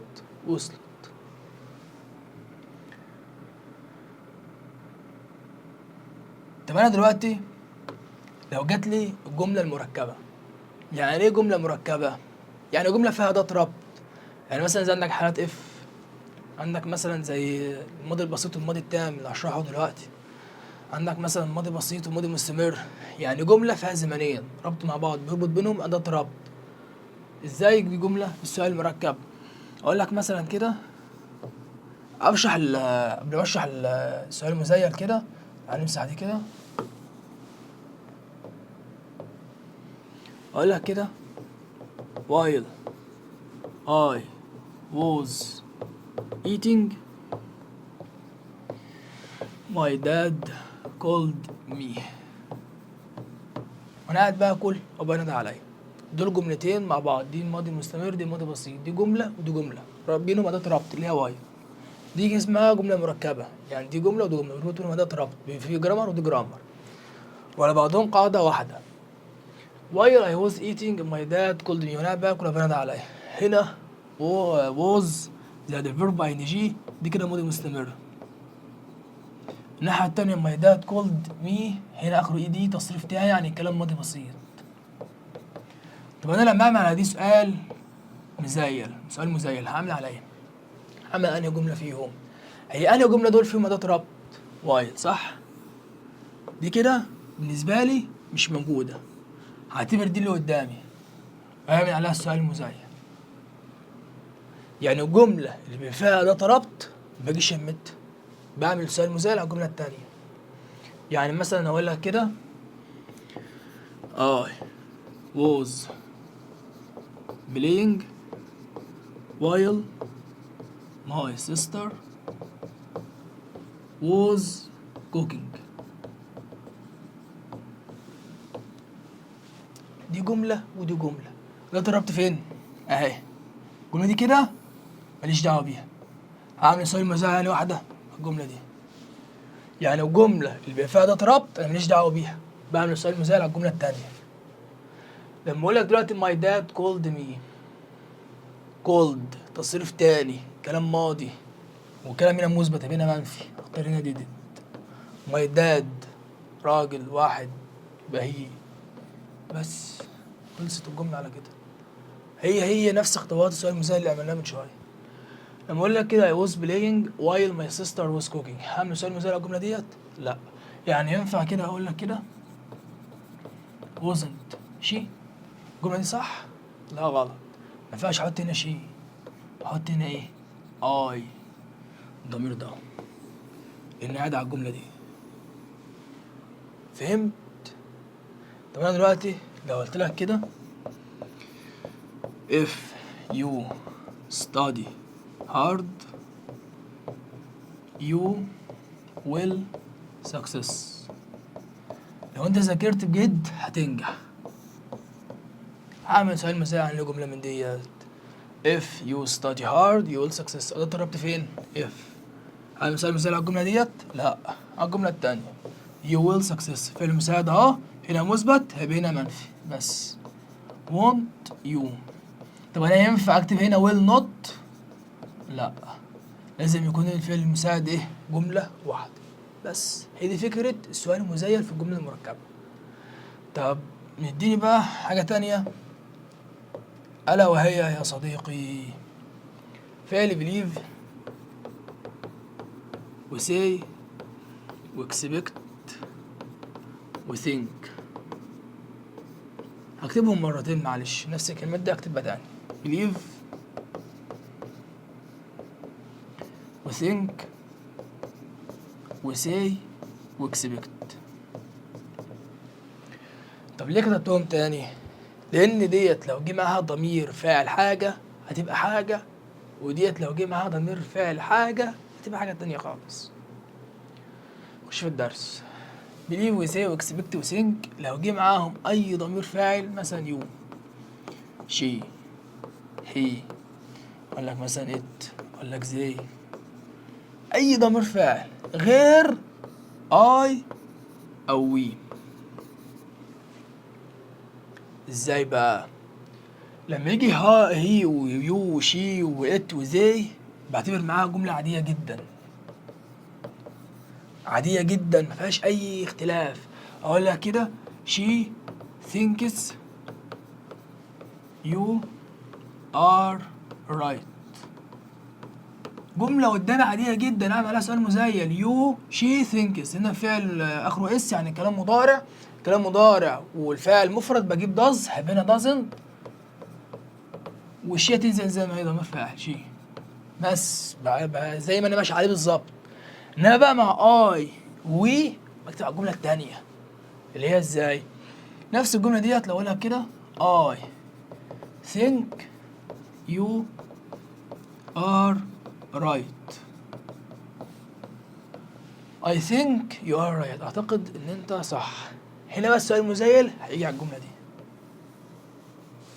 هيبقى هنا aren't you، هنا are هيبقى هنا aren't you تنزل زي ما هي بس. إنما ديت بجيب جملة عادية جدا مفيش فرق. شايفين هنا doesn't she، إنما هنا aren't you. إيه الفرق؟ الضمير ده هنا كانت هنا I، هنا جالي she. يعني أي حاجة من الحاجات دي غير I و تعمل جملة عادية. كلام جميل؟ كلام جميل. دي كده ملخص كل الأفكار التاج كويتشن. معاك بعد كده الماضي البسيط والماضي التام. باست سيمبل باست بيرفكت. يعني ايه باست سيمبل ويعني ايه باست بيرفكت؟ يعني ايه الازمنه دي كلها؟ بص، الازمنه دي كلها انت بتستخدمها في نطاق حياتك العمليه من غير ما تحس. انت بتحفظ كلمات صح؟ بتحفظ فوكاب كتير. انت عايز تطلع الفوكاب دي في راس جمله، ده الجرامر. الجرامر اللي بيعلمك ترص الطوب، ازاي تطلع جمله صح، رصها صح. لازم يكون عندك بيزك، عندك اساسيات. اول حاجه لما اجي اشرح الباست سيمبل ده اللي هو الماضي البسيط، كلنا عارفينه بدل مره مليون. الباست سيمبل ده بيكون من التصريف التاني للفعل في الحته اللي ما يرضاهاش ربنا. ده لما قلت لك دو وداز وديد، قلت لك ديد كانت بتيجي فين؟ في الماضي، وهنا الكلام ايه؟ ماضي، يعني هجيب ديد. وقلت دو وداز وديد بيجي بعدهم ايه؟ مصدر. ده كان في جرامر ايه؟ سؤال مزيل. الجرامر كله مع بعض واحد، هو انجليزي لغه واحده. اقول لك كده، انا عارف ان عندي افعال ريجولار وافعال irregular. الفعل اللي اخره دي او اي دي او اي دي بيكون تصريف تاني. عندي ان في افعال abnormal، افعال irregular، افعال شاذة. يعني مثلا جو الماضي بتاعها went، take الماضي بتاعها took. عندي بقى الفعل اخره دي، عندك كلمة used، عندك played، عندك cried، عندك tried. الفعل اخره دي ودي واي دي بيكون تصريف تاني. يعني كلام في زمن الماضي، انا رحت، انا لعبت، انا خرجت، انا سافرت. كلام في زمن الماضي، حدث تم وانتهى وخلص. لما اقول لك كده I took a rest، انا خدت راحة. وهنا فعل هنا ايه؟ took، تصريف تاني، يعني كلام في زمن الماضي. لما تيجي تنفيه، احنا قلنا كانت did، هتبقى ايه؟ didn't، صح؟ I didn't. انا قلت بعد do does و did بجيب ايه؟ مصدر، يعني تصريف اول. نزلت هنا ايه؟ take. كانت هنا ايه؟ تو. كانت هنا نزلت ايه؟ تيك. ليه نزلت تيك؟ عشان انا في didn't. بعد didn't بيجي infinitive تصريف اول. I didn't take a rest. بعد take جاب هنا المصدر infinitive تصريف اول للفعل. يعني مثلا يقول لك هنا كده she didn't not an article. مديك كده write، wrote، written. هو بعد didn't بيجي ايه؟ المصدر. مصدر يعني ايه؟ تصريف اول. فاختار write. بختار مصدر تصريف اول للفعل. مديني didn't، حتى لو مديني هنا yesterday. هو yesterday يعني ايه؟ يعني امبارح، يعني كلام في زمن الماضي. الماضي يعني اختار تصريف تاني. طب ليه اخترت هنا رايت؟ عشان انا في didn't. يعني كلام نافية او جالك سؤال ممكن يبقى did عادي، فعل مساعد او استفهام، تختار مصدر. اقول لك كده مثلا what did you not. بديك في الاختيارات do، does، doing، done. انا واحد من دول ينفع. do. بعد did بيجي المصدر تصريف اول الفعل. ما ينفعش تصريف ثالث، ما ينفعش اخره ان جي، ما ينفعش اخره اس. تصريف اول الفعل بدون اي حاجه. what did you do؟ ماذا فعلت؟ دي فكره الماضي البسيط. خدت انت كان تكوينه للنفي والسؤال بتاعه.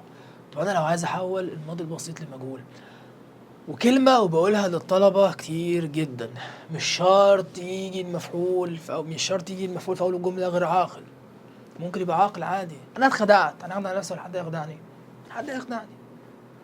أحمد ضرب حسام، حسام انضرب من أحمد.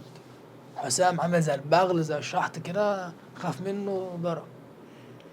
يعني أنت لما يجيلك اللي قدامك ممكن في أول الجملة فكرة مش شرط، ممكن تبقى غير عاقل، تبقى جملة معلوم. كمبيوتر بيدي اوردرات، الكمبيوتر ده حاجه غير عاقل شيء، وجات الجمله معلوم، وجات الجمله باسف عادي جدا. يعني انت يكون فكره الاوبجكت ان هو اللي بيقام عليه الحدث بس، ولا اكتر ولا اقل. اقول لك كده عبده. ماله عبده؟ درانك، بلاش كلمه درانك دي. عبده ate رايس. عبده كل رز.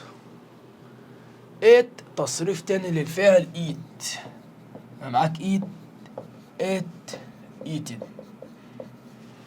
eat ياكل، تصريف اول. التصريف التاني ate، التصريف التالت eaten. عبده ate rice. عبده كل رز. عبده كل الرز كلام ماضي، يعني كلام تصريف تاني، وانا عايز احول الكلام لمجهول. وانا بشرح الجزئيه دي كاتب هنا البي بي، بص بارتيسيبل والتصريف تالت للفعل. قلت عندي ركنين اساسيين في المبني المجهول. يجي الفعل تصريف تالت قبل الفعل تصريف تالت verb to be، ولا عارف يعني verb to be. عبده ate رايس، هجيب الاوبجكت في اول الجمله رايس، هنزل فيه تصريف تالت للفعل يبقى eaten. قبل التصريف التالت للفعل هنزل verb to be، والكلام ماضي يبقى was او were. رايس مفرد، فنزلت هنا was. رايس was eaten، رز اتاكل. يعني انا دلوقتي لما اقول لك، لما يجي لك في اول الجمله كده رايس، وانا دلوقتي هكتب جمله تانية. تعال نجرب الاحمر كده. اقول لك كده computer not at home repaired repairs was repaired. أنهي واحدة من دول تنفع؟ repaired معناها يصلح على فكرة. computer not at home تبقى was repaired. ليه اخترتها مبني المجهول؟ ما هو اصلا مفيش اوبجكت في الجمله، مفيش مفعول، الكمبيوتر بيتصلح. was زي التصريف تالت للفعل، تصريف تالت للفعل قبل الفيرب تو بي، يبقى جمله كده جايه مبني المجهول، جمله كده جايه باسيف بزمن الماضي البسيط. حلو يابا الكلام، حلو يابا الكلام. طب انا دلوقتي لو قلت لك علي نقط taken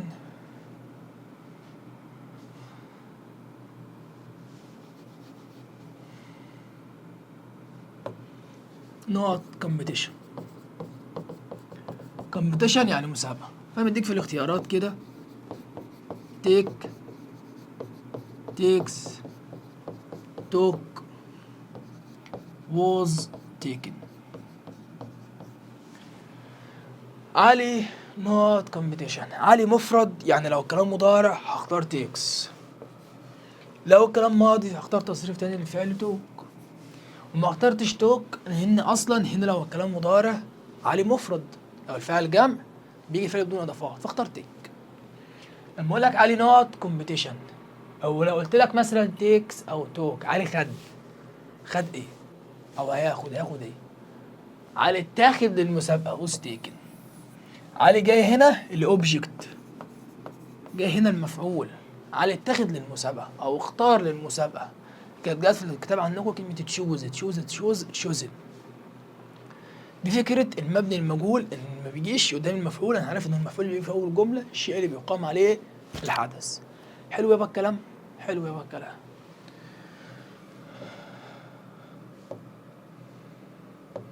ده كده بالنسبه للماضي البسيط. طب بالنسبه للماضي التام اللي هو past perfect، الماضي التام ده اللي هو هاد زائد بي هاد زائد تصريف تالت للفعل. الماضي التام بيتكون من هاد زائد تصريف تالت للفعل. انا ده كله شرحته مع السؤال المزيل، قلت سؤال مزيل، قلت لو هنا قلت بالصروف دي، قلت بالصروف دي ده، قلت بالصروف دي لو جه بعدها تصريف تالت يبقى هاد دي هاد. فاكرين لما كنت بفرق بين بالصروف دي وبالصروف هاد وود؟ ايوه كده ركزوا معايا، ايوه كده عشان ايه كده. هاد زائد تصريف تالت للفعل كده والجمله بزمن ماضي تام. اقول لك كده شي هاد، نفس الجمله لو قلت لك مثلا eaten rice، she had eaten rice، هي اكلت الرز. طب ايه الفرق بين الجمله ديت والجمله اللي فاتت من الماضي البسيط؟ الماضي التام اللي هو she had eaten rice اللي هو had زائد تصريف تالت للفعل بيتكلم حاجه حصلت قبل حاجه. ازاي؟ انا اكلت نمت قبل الساعة 5 خرجت، قبل الساعة 5 حدث حصل قبل حدث في الماضي. يعني لما يجيلك by أو before أو by the time بعد التلات كلمات دول جم مدة زمنية في الماضي، يبقى اختار ايه؟ ماضي تام. she had eaten rice.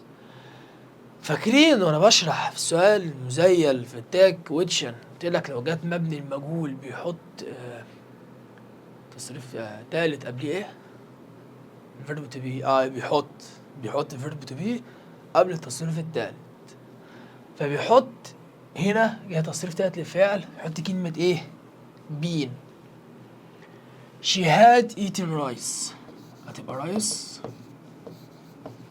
had been eaten by her. ده كده ماضي تام معلوم، ده كده ماضي تام مجهول. had زائد بين زائد تصريف تالت للفعل. ايه الفرق بين دي ودي؟ هنا اللي في اول الجمله ايه؟ مفعول، انما هنا اللي في اول الجمله ايه؟ الفاعل. تمام؟ يبقى انا كده خدت الماضي البسيط معلومه مجهول، وخدت الماضي التام معلومه مجهول. وقلت لو جالك باي بيفور او باي ذا تايم زائد مده زمنيه اختار ماضي تام. يعني انا لو قلت لك دلوقتي ان 2012 يو ايه made a problem، انت عملت مشكله، قد بتاع مشاكل. ده 2012 دي ساعة الثورة، ساعة ثورة يناير، ايام البلطجية من الحاجات دي. ان 2012 ساعة 2012 يو ميد ا بروبلم، انت عملت مشكلة. انما لو قلت لك باي 2012 2021 هي كانت جملة في الماضي، اقول لك كده you had made a problem. had زي تصريف تالت للفعل كده ماضي تام، انما made تصريف تاني للفعل كده ماضي بسيط. شفت الفرق بين دي ايه؟ هنا جاي هنا ان، جاي هنا باي. حلو يابا الكلام؟ حلو يابا الكلام.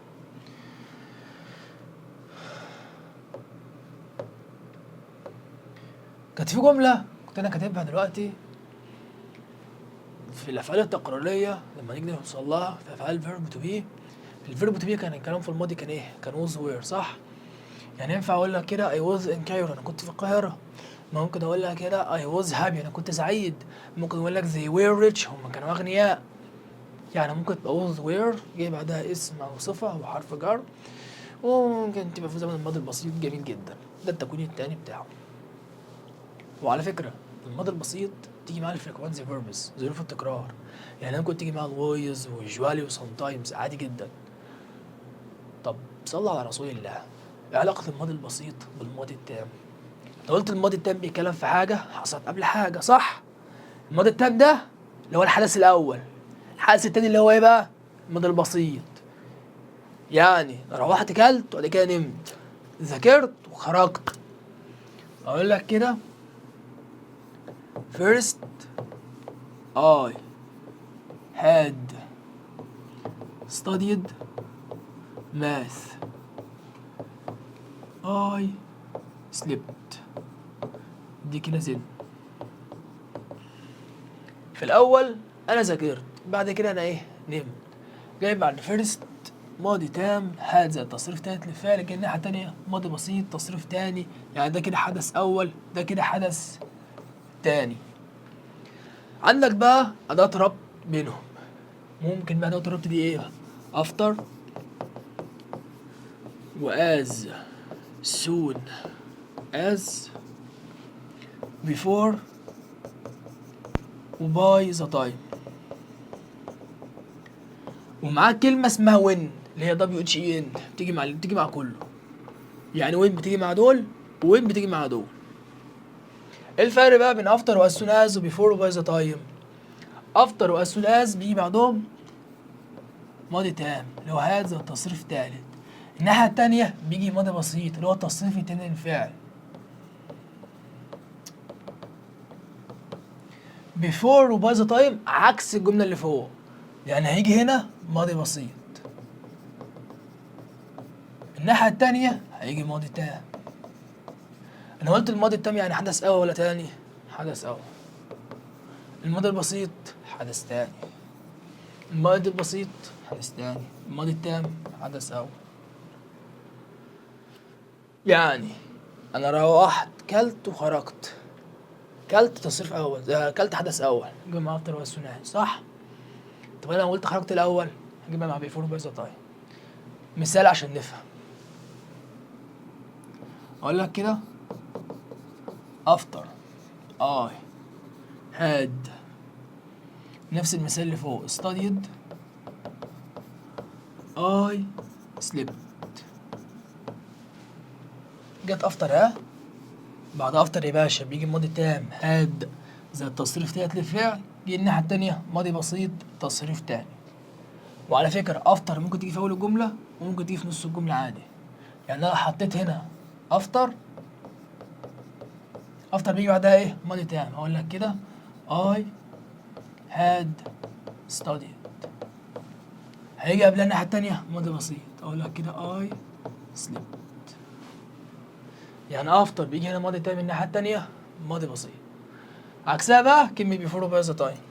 باي before باي ذا تايم هنقول لك مثلا كده باي ذا تايم.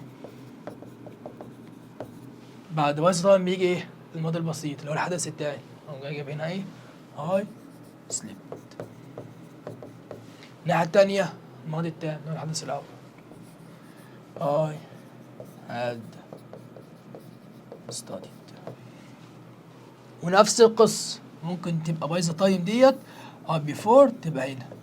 حط مثلا before هيجي قبلها الماضي التام I had studied.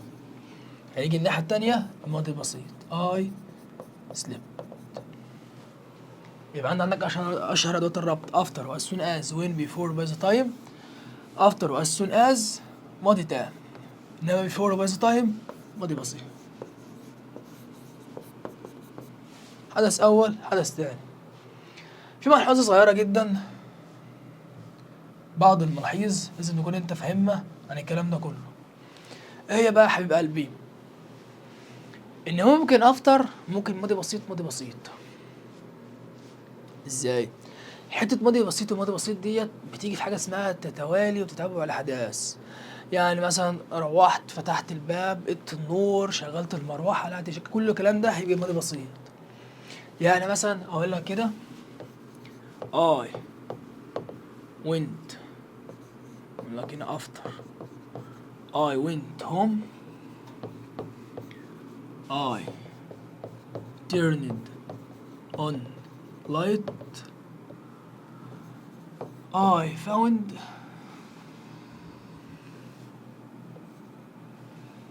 my key had been stolen.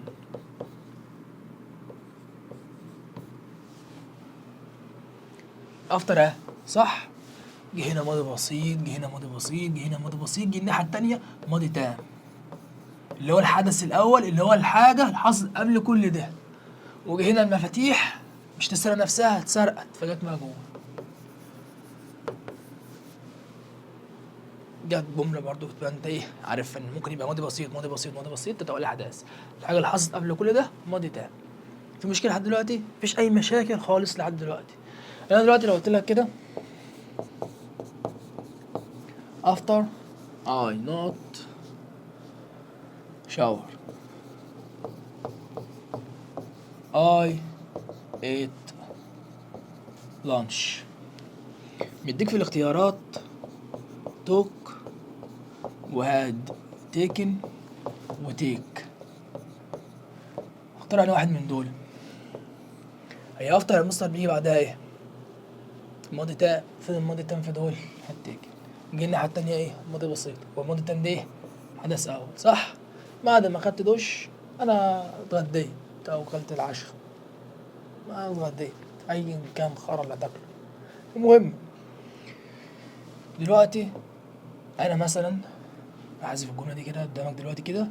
لو ما فيش الفاعل اي شلت الاي خالص في الجملة دي. حلو. رجعت الجملة زي ما هي وزودت في الاختيارات taking. اختار انا واحد من دول taking. ليه بقى؟ عشان هنا مفيش فاعل. يعني لما جه افتر جه بعدها فاعل اخترت هنا هتيكن. انما افتر بدون فاعل هنا اخترت فيرب ان جي.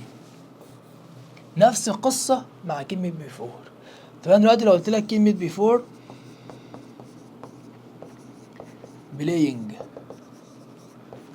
hard I not ايه lunch. مديك في الاختيارات make had made مديك made. اختار انا واحد من دول. هتقول لي ميد ولا هاد ميد ولا ميك؟ هي بيفور بيجي بعدها ايه؟ ماضي بسيط. بس هنا عشان ما فيش فاعل اختار ايه؟ اي ان جي بلاينج اللي هي كان اساسها اصلا ايه؟ ماضي بسيط. فالناحيه التانيه هيجي ايه؟ ماضي تام. ماضي تام يعني ايه؟ هاد ميد. فتبقى الاجابه هنا هاد ميد، ماضي تام. كلام حلو، كلام جميل جدا لحد دلوقتي. بس في تركية صغيرة جدا انت عارفها. وهنا كان هنا الفعل هنا ايه؟ اي صح، والفعل هنا ايه؟ اي. يعني انا اللي خدت دش وانا اللي اتغديت وانا اللي اتمرنت وانا اللي لعبت. يعني الفعل الجملة الأولانية هو نفس فعل الجملة التانية، عشان كده جاب الفيرب اي ان جي. انما لو فعل الجملة الأولانية غير فعل الجملة التانية ما ينفعش يجي فيرب اي ان جي تماما خالص. هو بيجي لك حته اي ان جي دي بيعرفك ان فعل الجمله الثانيه هو نفس فعل الجمله الاولانيه. يعني انت اللي انا هقوله دلوقتي نمسح كده افتر وبيفور بدون فاعل بختار الفيرب اي ان جي على طول. هي افتر بيجي بعدها ايه؟ ماضي تام، بيبقى الناحيه الثانيه ماضي بسيط. بيفور بيجي بعدها ايه؟ ماضي بسيط، يبقى الناحيه الثانيه ماضي تام. تمام؟ بس انا حته الفيرب اي ان جي ده هو نفس فاعل الجمله. لو الفاعلين مختلفين ما ينفعش اجيب الفيرب اي ان جي حتى لو ما فيش فاعل. كلام جميل لحد دلوقتي، كلام جميل جدا جدا. عندي قاعده تانية، كلمه اون. اون يا باشا معناها عند، بيجي بعدها الفيرب اي ان جي او نون. وعلى فكره يعني انت لو عايز تحول الفعل اسم تحط له اي ان جي. يعني بلاي يلعب، بلاينج اللعب عادي. يعني ممكن تبقى عايز تحول الفيرب، معظم الحاجات الفيرب ان جي بيكون نون، معظم يعني. on watching TV I slept. يعني on بيجي بعدها ايه؟ verb ing او اس اللي هو noun. تمام؟ انا خدت اول فكره عندي، دي تاني فكره عندي. طب انا هسأل سؤال صغير جدا جدا جدا جه في دماغي كده، شوف هتعرف تجاوب عليه ولا لا. اقول لك مثلا كده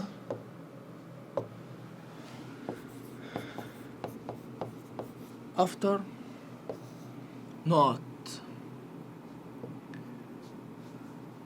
car was fixed. ديك في الاختيارات كده repaired had been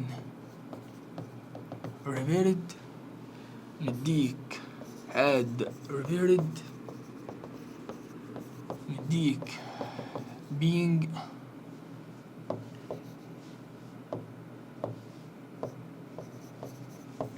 repaired، ومديك repairing. فكر قبل ما تجاوب.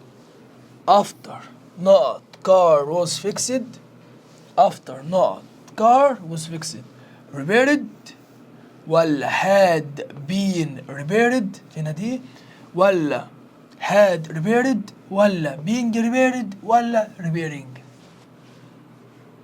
واحد هيقول لي after بيجي بعدها ماضي تام فاختار had repaired. واحد بيقول لي after بدون فاعل verb ing فاختار repairing. واحد تاني ممكن يختار لي يقول لي had been repaired. واحد تاني ممكن يقول لي repaired لو تبقى الاحداث ماضي بسيط. ممكن كل واحد يجاوب اجابته على حسب دماغه. بس انا هقول لك فكره صغيره دلوقتي. هي افتر جاي بعدها هنا ايه؟ فاعل؟ لا. افتر بدون فاعل فيرب ان جي. هو هنا هاد بين ريبيرد في هنا فاعل قبلها؟ في هنا فاعل قبلها؟ لا، فدي غلط ودي غلط. حلو؟ حلو. افتر بدون فاعل فيرب ان جي، فاختار ريبيرنج او بينج ريبيرد. وانا قلت لك لما يكون جمله فبعدها الفيرب ان جي بيكون فعل الجمله الاولانيه هو نفس فاعل الجمله الثانيه. فعل الجملة التانية هنا ايه؟ كار. يعني انا لو حطيت هنا كار اللي هي العربية، العربية هتصلح ولا هتتصلح؟ فالكلام جاي معلوم ولا مجهول؟ انا قلت المجهول بيكون من فعل تصريف تالت وبيجي قبليه الفيرب تو بي، حطيت فيها ان جي بقى بينج ريبيرد، تبقى الاجابة بينج ريبيرد. الجملة التانية أصلا كار was fixed جالك مجهول. مش شرط أساسي إن الجملة التانية تبقى مجهول عشان الجملة الأولانية يبقى مجهول، مش شرط، عادي. جت جملة في الكتاب المعاصر سنة 2023، أنا فاكر الجملة كانت من سنتين، وجملة جاية في كتاب المثال في كتاب الشرح، كانت جت الجملة كانت هنا دي معلوم وكانت دي مجهول، وجت بينج زي التصريف تالت. يبقى دلوقتي after وبيفور بيجي بعدهم ايه؟ الفيرب اي ان جي، صح؟ صح. طب انا دلوقتي لو كان الكلام مجهول بيجي ايه؟ بينج زي التصريف تالت. افتر وبيفور فيرب ان جي لو الكلام معلوم. طب لو مجهول بينج زي التصريف تالت لفعل، ده لو الكلام ايه؟ مجهول.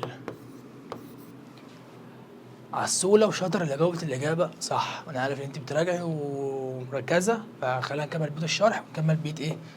الحاجة اللي مكتوبة قدامنا. دي أول ملحوظة. الملحوظة التانية كلمة having.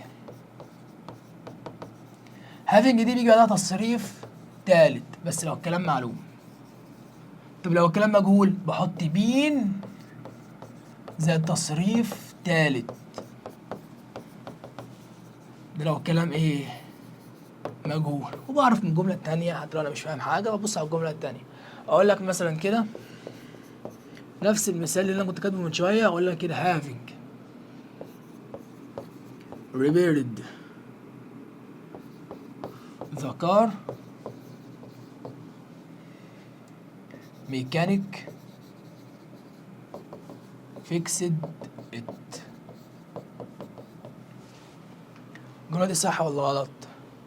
ميكانيك يعني الميكانيكي، يعني الفاعل هو اللي بيصلح، يعني الكلام معلوم. طالما الكلام معلوم جاي تصريف تالت يبقى الجملة دي ايه؟ صح.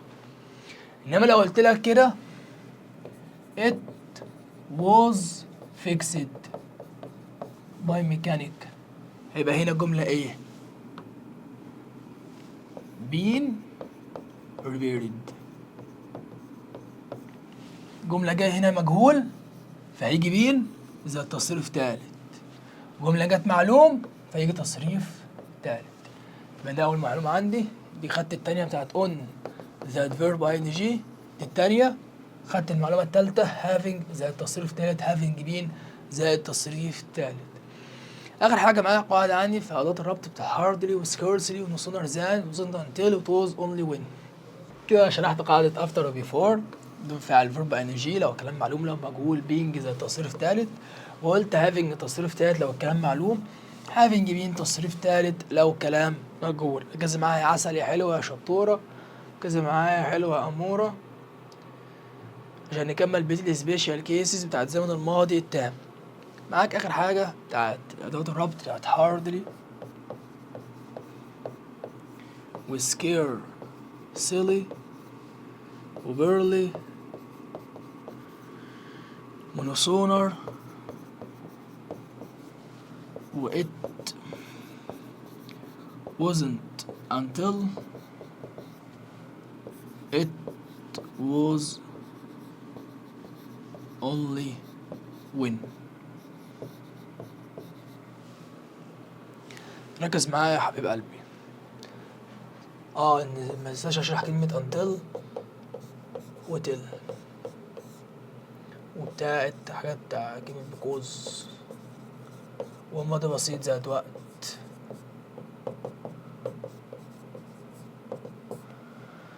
hardly و scarcely و barely و no sooner wasn't until it was only when، الحاجات دي كلها بيجي بعدها ماضي تام. الماضي تام يعني هذا التصريف تالت. hardly و scarcely، hardly و scarcely و barely أدوات الربط بتاعتهم يا after يا before. انما no sooner الضرورات بتاعتها than. It wasn't until it was only when الضرورات بتاعتهم that. ازاي؟ لو قلت هنا بيجي هنا ماضي تام يبقى الناحية التانية هيجي ايه؟ ماضي بسيط، صح؟ يعني نفس الجملة كده.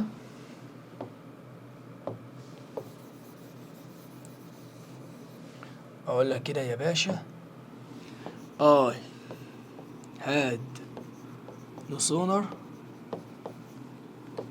played I took a shower. السونر اهي جاي ماضي تام، هاد زي التصريف التالت، جاي الناحية التانية ايه؟ ماضي بسيط. السونر اهي بحط أداة الربط اهو زان.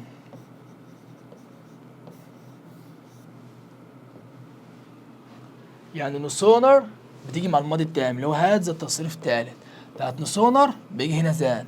طب لو كان هنا هاردي أو سكيرسلي هيجي هنا أفتر أو بيفور. طب أنا دلوقتي ماشي،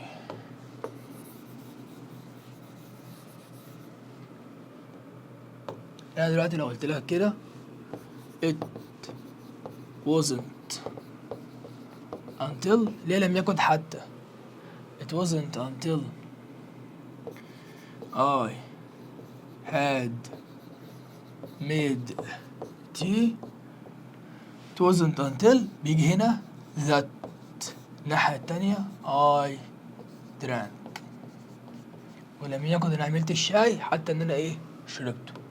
It wasn't until جه هنا ماضي تام، جه الضرب بتاعتنا that، جه الناحية التانية ماضي بسيط. ماضي بسيط يعني تصريف تاني. وعلى فكرة it was only when لازم when تيجي معاها، عشان لما جاتش معاه وين هتبقى طول المصدر. دي حتة تانية، قاعدة تانية. دي كده الأفكار بتاعت هاردي وسكيرسلي وبيرني. طب بتاعت بقى شقلبة الضمير، هقول لك أنا يا عم. أنت قلت كده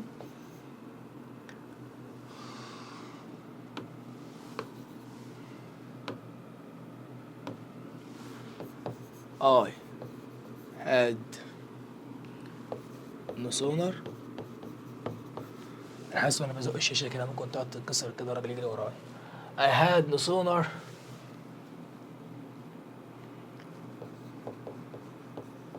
studied than I went out. sooner than ماضي تام ماضي بسيط، مفيش أي مشاكل لحد دلوقتي. طب أنا بقى لو شقلبت جبت no sooner ده في الأول، أقول كده no sooner هلزق معاها كلمة had. بص هقول لك قاعدة لله والوطن. عندك كلمات لو جت في أول الجملة عندك زي كلمة little وكل ده اتربطت هاردلي وسكيرسلي وكل الكلمات اللي أنا قلتها ده كلها ونوت أونلي بات أولسو، كل الكلمات ده كلها بتيجي في أول الجملة بيتقدم الفعل المساعد الأول وبعد كده الفاعل. والجملة دي مهمة جدا جدا. يعني ازاي بيتقدم الفعل المساعد على الفاعل؟ يعني انا لو قلت نصونر هنا في اول الجمله، اللي هيجي في اول الجمله اللي هي بعد كده فعل مساعد اللي هو هنا هاد، هيبقى نصونر هاد واكمل الجمله زي ما هي. جيب الفعل المساعد بعد كده الفاعل بعد كده تنزل الفاعل والفعل له علاقه بالفعل المساعد. يعني انت في الجمله اللي فوق ديت هتقول no sooner had I studied I slept. اللي حصل هنا بقى جبت نصونر بعد كده جبت هاد بعد كده جبت الفعل بعد كده جبت التصريف التالت، الفعل المساعد بعد كده الفعل بعد كده التصريف التالت.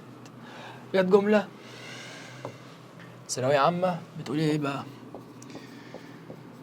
نصونر not I watch TV I play it. جت في الاختيارات had ولا did ولا new word. واحد هيقول لي هاد على طول صح؟ اقول له اجابه غلط. ليه هاد غلط؟ لان انا لو اخترت هاد صح، ايه هاد بيجي بعدها هنا ايه؟ تصريف تالت صح؟ وجاي هنا ايه؟ وتش يعني ايه؟ مصدر. مصدر يعني ايه؟ تصريف اول. طب وايه اللي بيجي قبل المصدر؟ ديد. هتبقى الاجابه هنا ايه؟ ديد. مش هينفع اختار نورد لان ما ينفعش بينا مضارع وده ماضي بسيط، تبقى الجمله غلط.